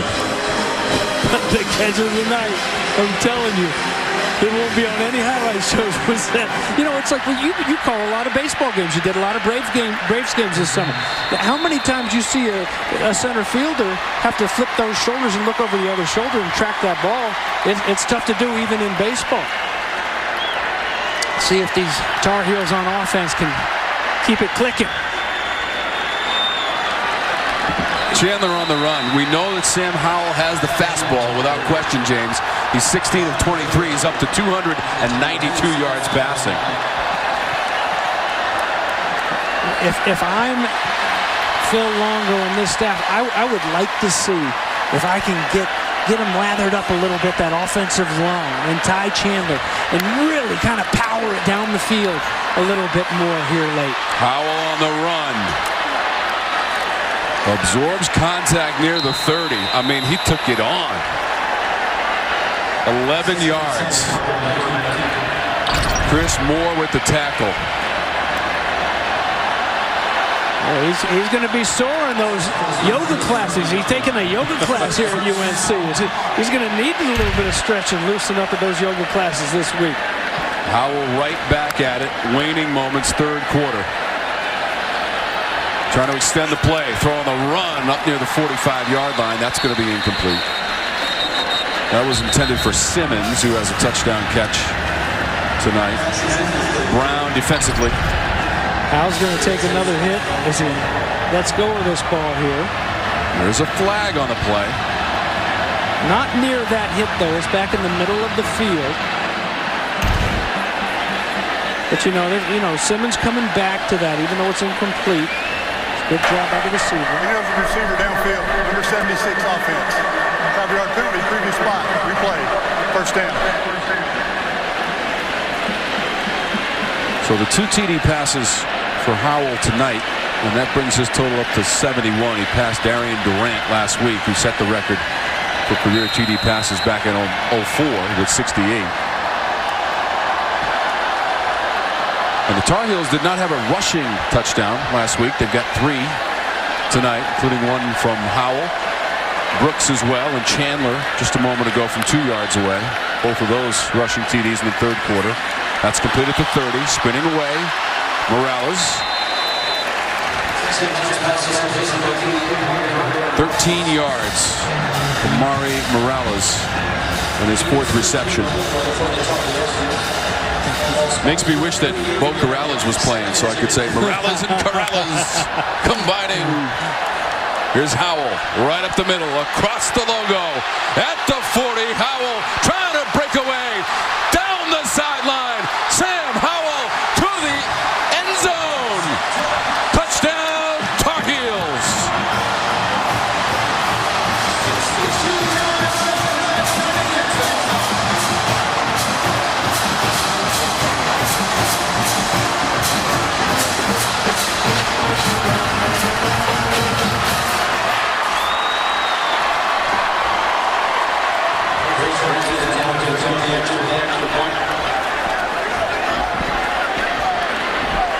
Nice job by his teammates, helping him spring that long one, blocking down the field. Look at this Garrett Walston one more time. Sam Howell, you mentioned him, how he did it through the air in this game so far. Boy, he's taking some hits. But here's a home run hit, tucking it and going. Lead behind Ty Chandler, leading the way. And then it's all up to number 7, 62 yards out. Javonte Williams, Michael Carter, who? There's your new running back. Doing some damage on the ground along with Ty Chandler, and Phil Longo is pretty fired up about his junior quarterback right now. Big hug from his starting center, Brian Anderson. Longo gave it the fist bump. Also, Justin Olson was out there leading the play as well, James, and had that very last block to spring Howell down the sideline. The career-high 104 rush yards and the 2 rushing TDs for Howell. That last one of 62 yards and the one that opened up the scoring in the first quarter of 22 yards for Howell. What a night it's been for him. 2 TD passes, 2 TD rushes. We got a new push-up guy doing this 45. He's doing a better job than the 38 guy did. So at one point, this was a 21-10 ball game. A late field goal by Atkins made it 24-10 at halftime.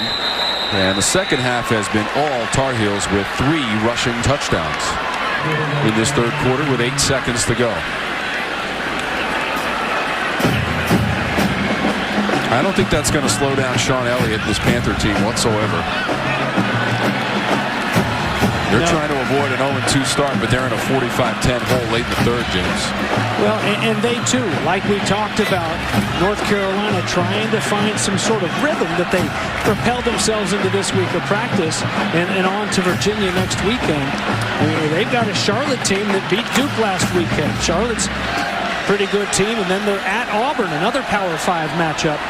So they want to have a little feel-good too, even though a whole lot of room to make up in a 45-10 ball game against this UNC team as we head to the field. So Mac Brown and the Tar Heels have the lead, 45-10. So Howell now has 104 yards rushing. Georgia State as a team has 106. 2 rushing TDs, 2 passing TDs for Sam Howell. Cornelius Brown has a rushing TD for the Panthers. That's their only trip to the end zone so far this evening against the number 24 team in the nation, North Carolina. The pitch. Marcus Carroll. As we start the fourth, we take a look at the numbers through our first 3 quarters, dominated by North Carolina. Yeah, there you see the passing yards, 305 to 53. It's a shame, and I don't want to beat this dead horse, but too many drops for Georgia State to hang around in a place like this.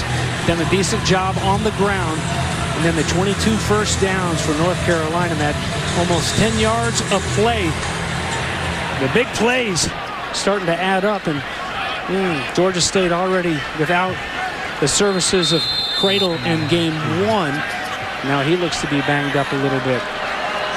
Zakias Cradle has scored it to the sideline for the Panthers. Complete at the 40. That's Thrash. Thrash led the team in receiving a week ago. 7 catches, 87 yards in the loss to Army. Both career highs for Thrash.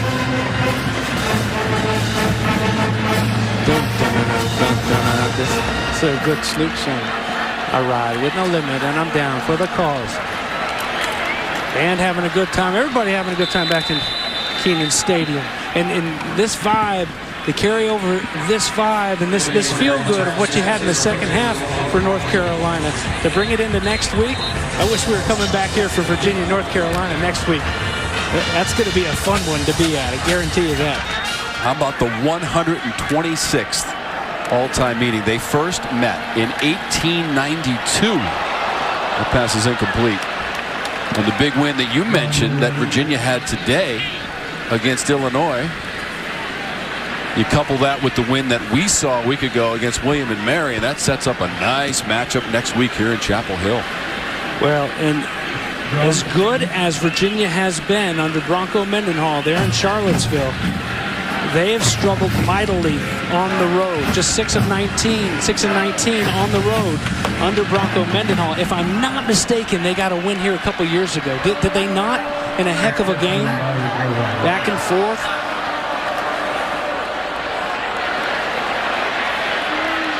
That pass is intercepted. Intercepted down the sideline. Eccles. He'll go to the end zone on the return. Touchdown, Carolina.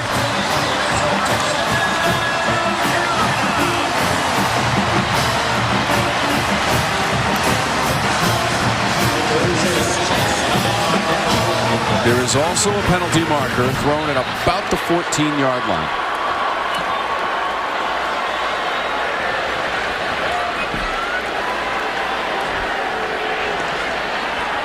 Flag down. They'll check to see. The ruling on the field is a touchdown. The previous play is under further review.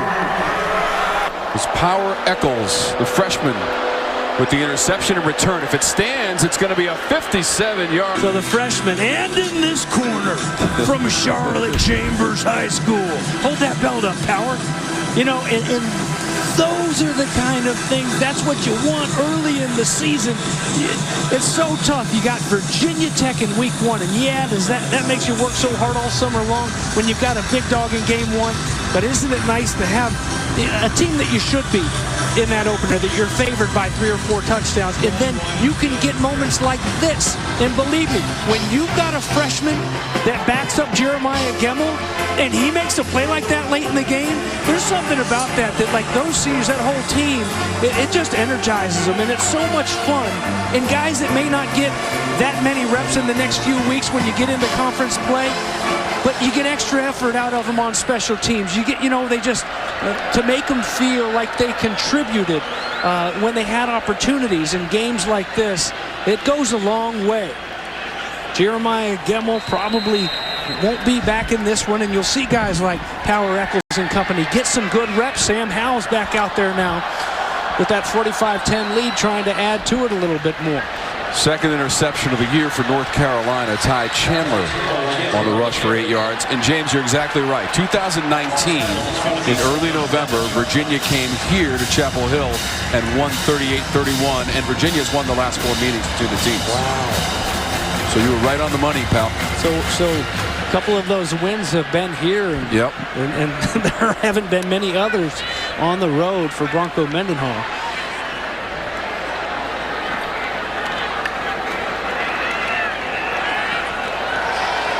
Howell's pass near the sideline. That was Justin Olson. That's 11 yards on the play. First down for North Carolina, and his first catch of the night.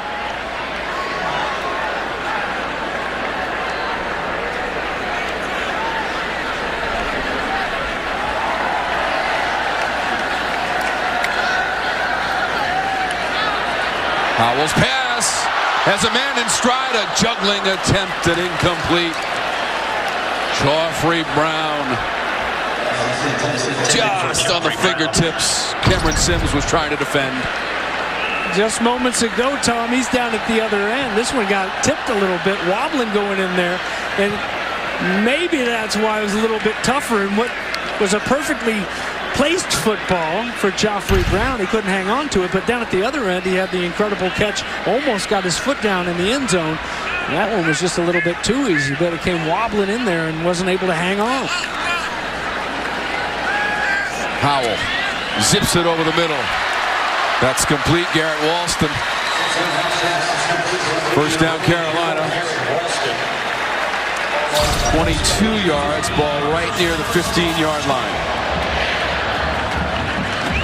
Now that was a fastball right there. Walston 6'4", James. A nice big target, 6'4", 250.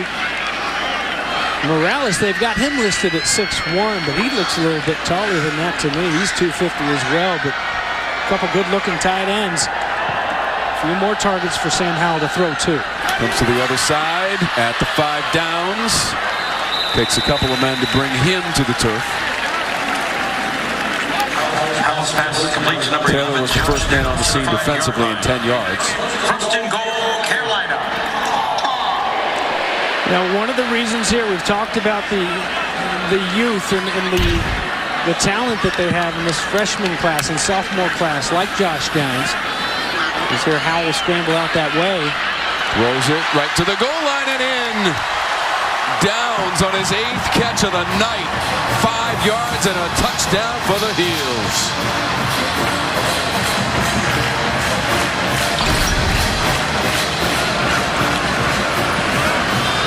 Sprinting out, Walston getting in the way of a would-be rusher and just sitting there waiting for that ball, waiting for Howell to give it over to him. Josh Downs knows exactly what to do. Dad Gary is running back coach and recruiting coordinator at ETSU. Growing up around football, a sophomore from Swanee, Georgia. One of the reasons why Mac Brown says we'll be even better next year if we can get a quarterback to step up.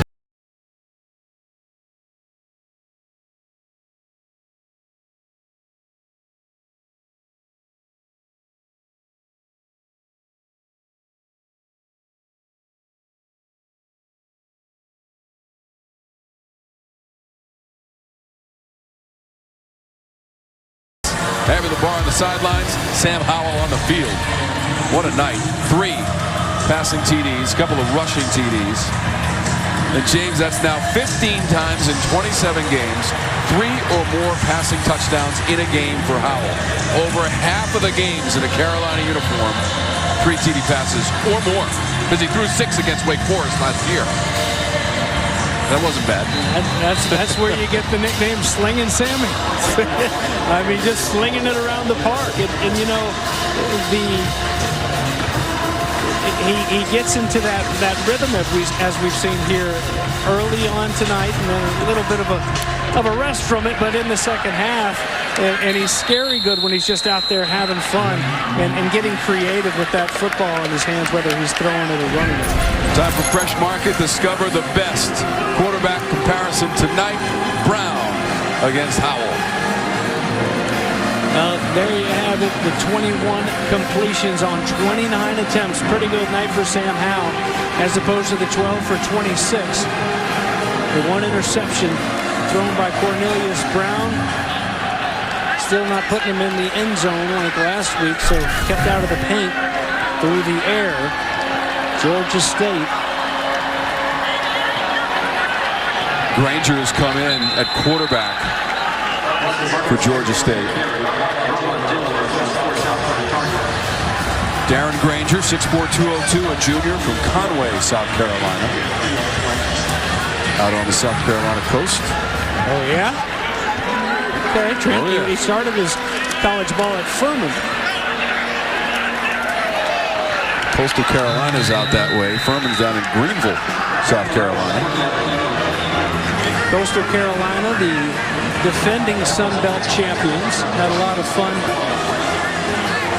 letting those mullets fly around last year in the Sun Belt Conference. They had a lot of fun last night. A nice win for them over the Kansas Jayhawks. Looked pretty good. That is complete for a first down and more. Lewis. It's 17 yards as Granger hits Lewis. We told you about Pitt's win against Tennessee, ACC against SEC earlier today, 41-34.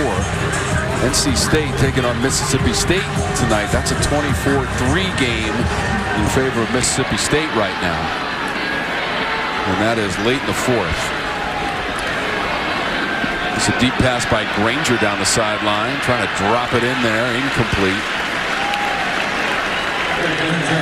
This is exactly what I was talking about earlier. Nice job, Kyler McMichael. You can see another shot of it. Watch number 1. You know, you're in position. You've been there in practice. Those eyes get big by number 9, the receiver. Hey, here's the ball. Eyes are big, looking for that ball. Snap that head around. Give yourself a chance to make a play. Perhaps an interception. Good job by the junior from Atlanta. Looking for Jacob Freeman on that previous play, incomplete. Granger steps up, lets it go at the 45. Terrence Dixon, 5 yards.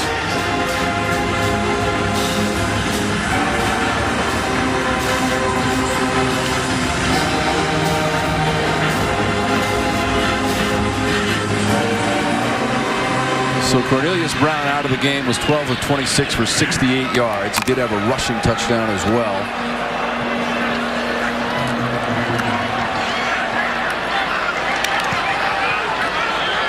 Close to a first down near that 40-yard line. Robert Lewis. And that is going to be enough. Sticks are moving for Georgia State. Clock is also moving. 9-12 and counting in the 4th. Nice job by the tight end, Roger Carter, on that last one. Helping to make it happen. Granger caught by the ankles, goes down, just 3. Sorry, Tom. And just as we talked about earlier, Power Echols with that interception and how much fun it is for those youngsters to make big plays like that later in some of these early games. Games will get a little bit lopsided. At the same time, there's a lot of pressure. You don't want to go out there, shutout or not. You hear it a lot of times. They want to make sure they preserve the shutout. You don't want any more points on that board. And those older guys are making sure that they know it. So you don't want to let them march down the field like this, even though they're not going to win it. Granger trying to get to the end zone, diving for the pylon. They're going to mark him out near the 2. What an effort. How about the move he made to extend that play? And Freeman was out there making a block, diving for the pylon, but they said he was out of bounds. Oh, this may be worth a look right here. And I think this effort here, and you see his teammate, the offensive lineman, was it Bartlett, Pat Bartlett maybe, that ran down there? Got an injured player on the field. We'll tackle. Looks like he gets kicked in the thigh, and then Granger dives for the pylon. So we got a couple of things to sort out here. They're not asking to review the out of bounds, so it will be first and goal for Georgia State. But the Biggers guessing it's a Charlie horse sort of injury, but still it's something that nags. And that, if that is the case, that would make it 3. Those defensive backs banged up a little bit here tonight. Conley, Collins, and Gio Biggers. Sean Elliott, the positive energy that he came out of that halftime locker room with, his team continues to play with. And there's something to be said about that, I think. Looking at 52-10 right now with 8 minutes left to go. Continuing to fight here. Panthers take it into the end zone with Marcus Carroll. Just a 2-yard run to finish it off after Granger had taken it 36 yards down to the 2. And the Panthers had their second score of the night into the end zone.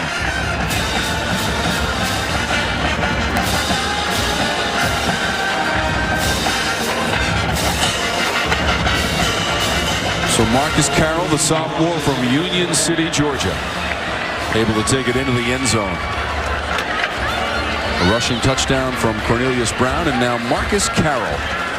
Extra point from Noel Ruiz. Makes it 52-17. Midway through the 4th. Right up the middle. No problem. By a recent touchdown from Marcus Carroll from short yardage. Tar Heels have 4 touchdowns in the second half. 3 TD passes from Sam Howell. Granger had a nice run, 36 yards for the second quarterback of the night for Georgia State on that previous drive.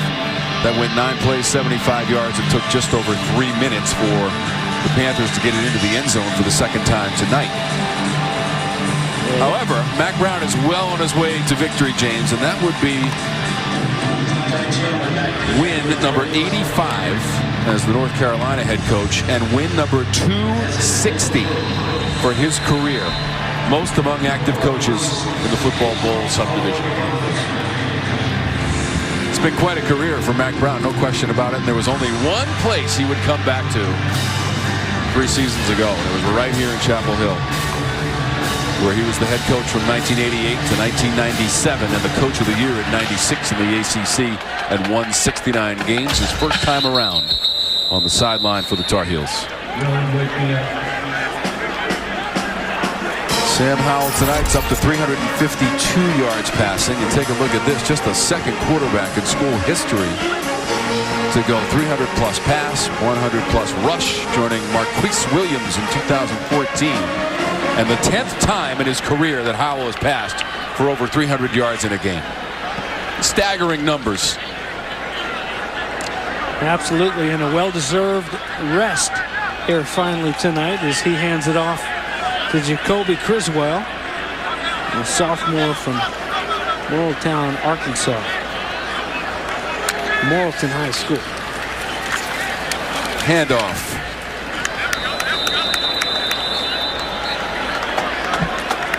Just a couple of yards in the run game.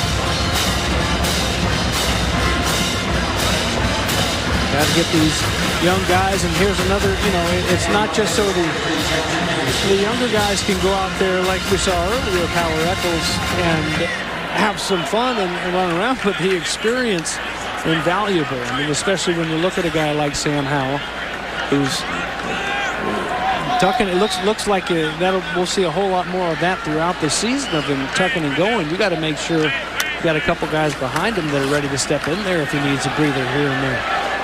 First down and more. Caleb Hood, freshman on the carry for 11 yards. I guess we should have known back in 2019 that Sam Howell was going to be a star. 38 touchdown passes in his first year in the ACC. That was the best in the conference, an ACC freshman record, and first among freshmen in the entire country, James. Well, the head ball coach here, Mac Brown, certainly knew it, because as soon as he took the job, Sam Howell, a then commitment to Florida State University, Mac Brown went after him to make sure that he stayed in state. He was his number one guy, and he knew what he was doing. He knew how special of a quarterback he had. And Tar Heel fans hoping the best is yet to come here in his junior season. Went to high school at Sun Valley High School, Indian Trail, North Carolina. His mom was a volleyball player, and his dad wrestled at App State. App State, by the way, played Miami in a close one, went down to the wire against the Hurricanes. Miami coming out victorious there today, their first win of the season. Miami won at 25-23 against App State. And by the way, the last Sun Belt team that North Carolina faced was Appalachian State in 2019. We were here for that game. Don't bring that one back up. They don't want to hear that. That was a loss, 34-31, in a season that saw so many close games. And we witnessed 3 of them, James, because we did the game against Appalachian State, blocked field goal at the end of the game for North Carolina, and the loss, 34-31. We did the game against Duke where Chaz Surratt had the interception at the goal line to win the victory bell for North Carolina. And we also did the 6 overtime game at Virginia Tech. What a season 2019 was. Yeah, we got spoiled, and then we missed it extra in 2020 when it didn't have the same atmosphere in all these places. Where's Chaz Surratt? I'm going to ask out loud, Freddie. Where is he right now in the NFL? Anybody know Freddie? Our stats guy, Freddie, should know. He knows everything. He was working on a different stat. That's the problem. But Chaz Surratt was so much fun to watch that year. And he was fresh off of just being a brand new, very green at linebacker, but he was just such an instinctive playmaker. I've always enjoyed coming here and watching these linebackers play. Excited about watching Gimmel here tonight. And, of course, Asante was a lot of fun to watch as well. But, with the Vikings. Thank you, Freddie. Thank you. I knew you saved the day. Henderson again on the carry. But it's the progression of things here since Mac Brown's come back, James. 2019, you go 7-6. 9 games decided by 7 points or fewer. The most in the Football Bowl subdivision. And then you go to the Military Bowl and beat Temple 55-13. That's in 2019. And then last year they went 8-4 all the way to the Orange Bowl. I mentioned this earlier. First major bowl game since 1950 when they lost the Cotton Bowl to Rice, and the most wins since 2016. This pass complete. Going to the end zone. And going in. It's another Tar Heel touchdown. Nesbitt has the TD. 47 yards.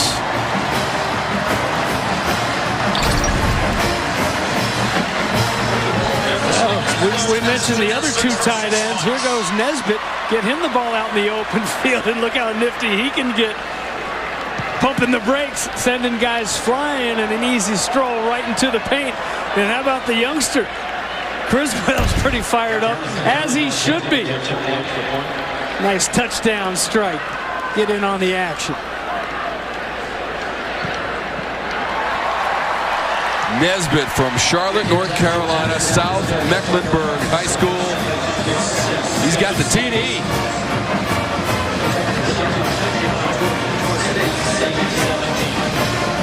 (59-17). 4:03 to go in regulation. Look at all the students hanging around. They're not going anywhere. They've been waiting a long time for this one, James. A long time. Here's an ISO on Nesbitt. A little miscommunication there in the secondary as they try to catch back up, make up for it. Nesbitt's long gone by then. Nothing but a party in the end zone down there with the student section at that point. 5 second-half touchdowns for North Carolina. Come on, guys. Those don't count. Those don't count. You got to redo them tomorrow. That's, you know how just like the football team has correction day on Sunday. 2 yards away from 600 total yards for the Tar Heels. Rushing TDs by Brooks, Chandler, and Howell. That was 62 yards. And then wait. It's a lactic acid buildup. And then James. And then the 2 passing touchdowns as well in this half. This is White. I want to recount on that. I think they just let him quit. I think like, that's all I can do. Oh no, 42 and a half. The 43, 43 and a quarter. He's trying to get to 59. Yeah, you know what? I mean, that's your job. Oh no. So the 59 points tonight, James, the most since last season when they scored 59 against Wake.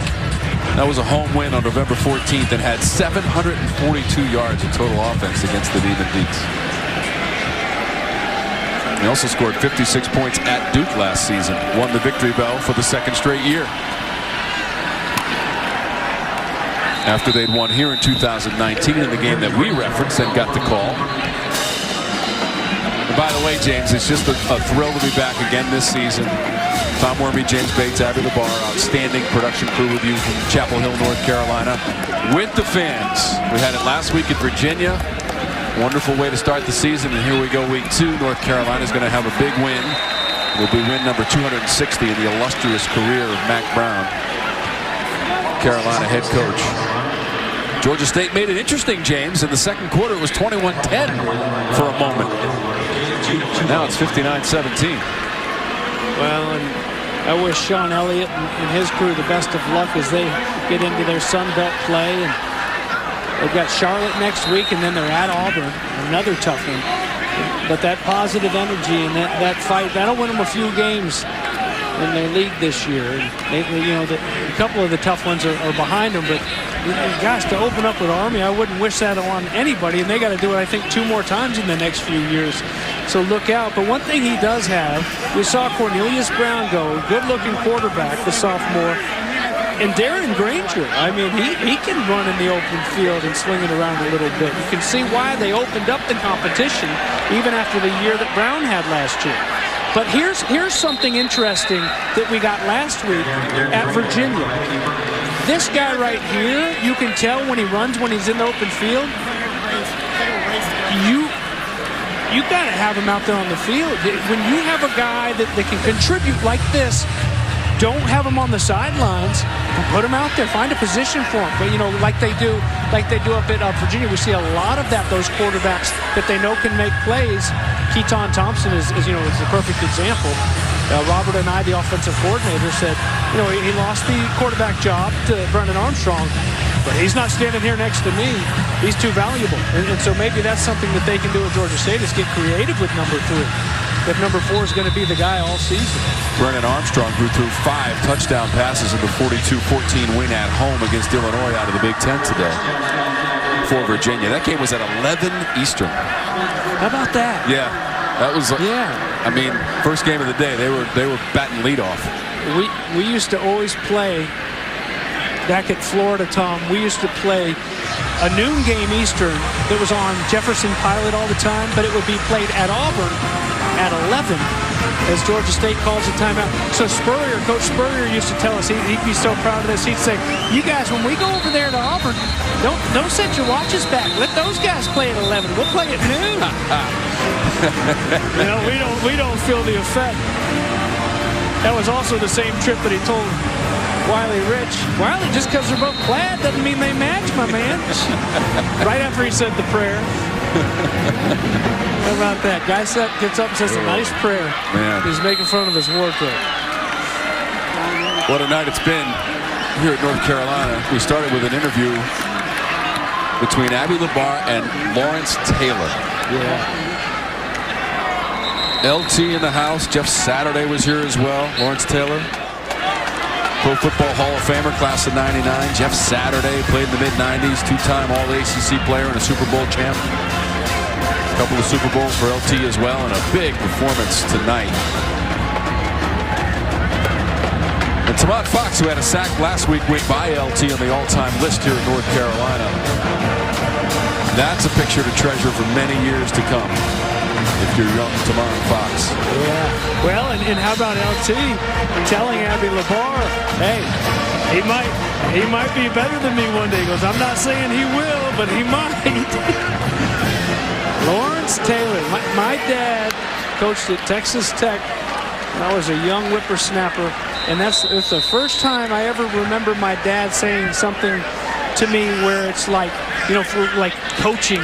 And I mean, I was like 5, 6 at this time, but I remember North Carolina went to Lubbock, Texas, and I remember my dad saying to me, now, Jamie, you got to watch this guy. You got to watch this guy. Boy, he hurts people. I'll never forget it. He said that year about Lawrence Taylor, and Mike Singletary was playing for Baylor at the time. Also a Super Bowl champ for the Chicago Bears. Drake May is the new quarterback, and North Carolina has gone over 600 yards of total offense tonight. 59-17, 1:20 to go. That's Green on the carry, number 21.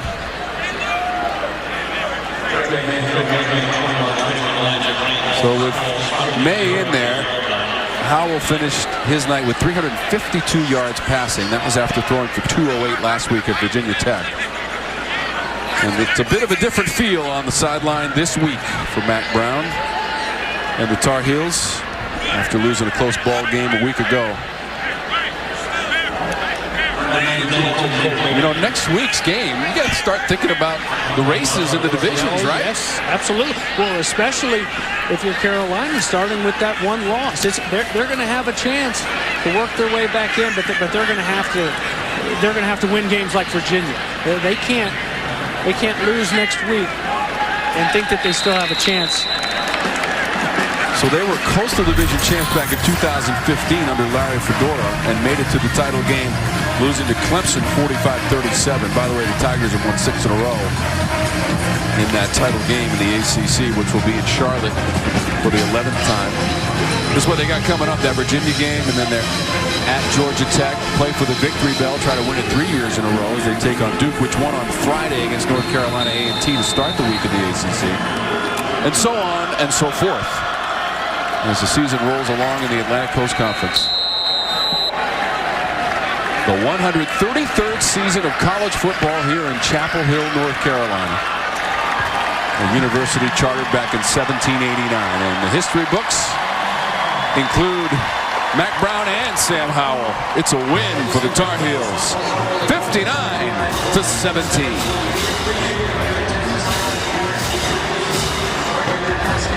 Couple guys right there I wouldn't mind my son playing for. John Elliott and Mack Brown.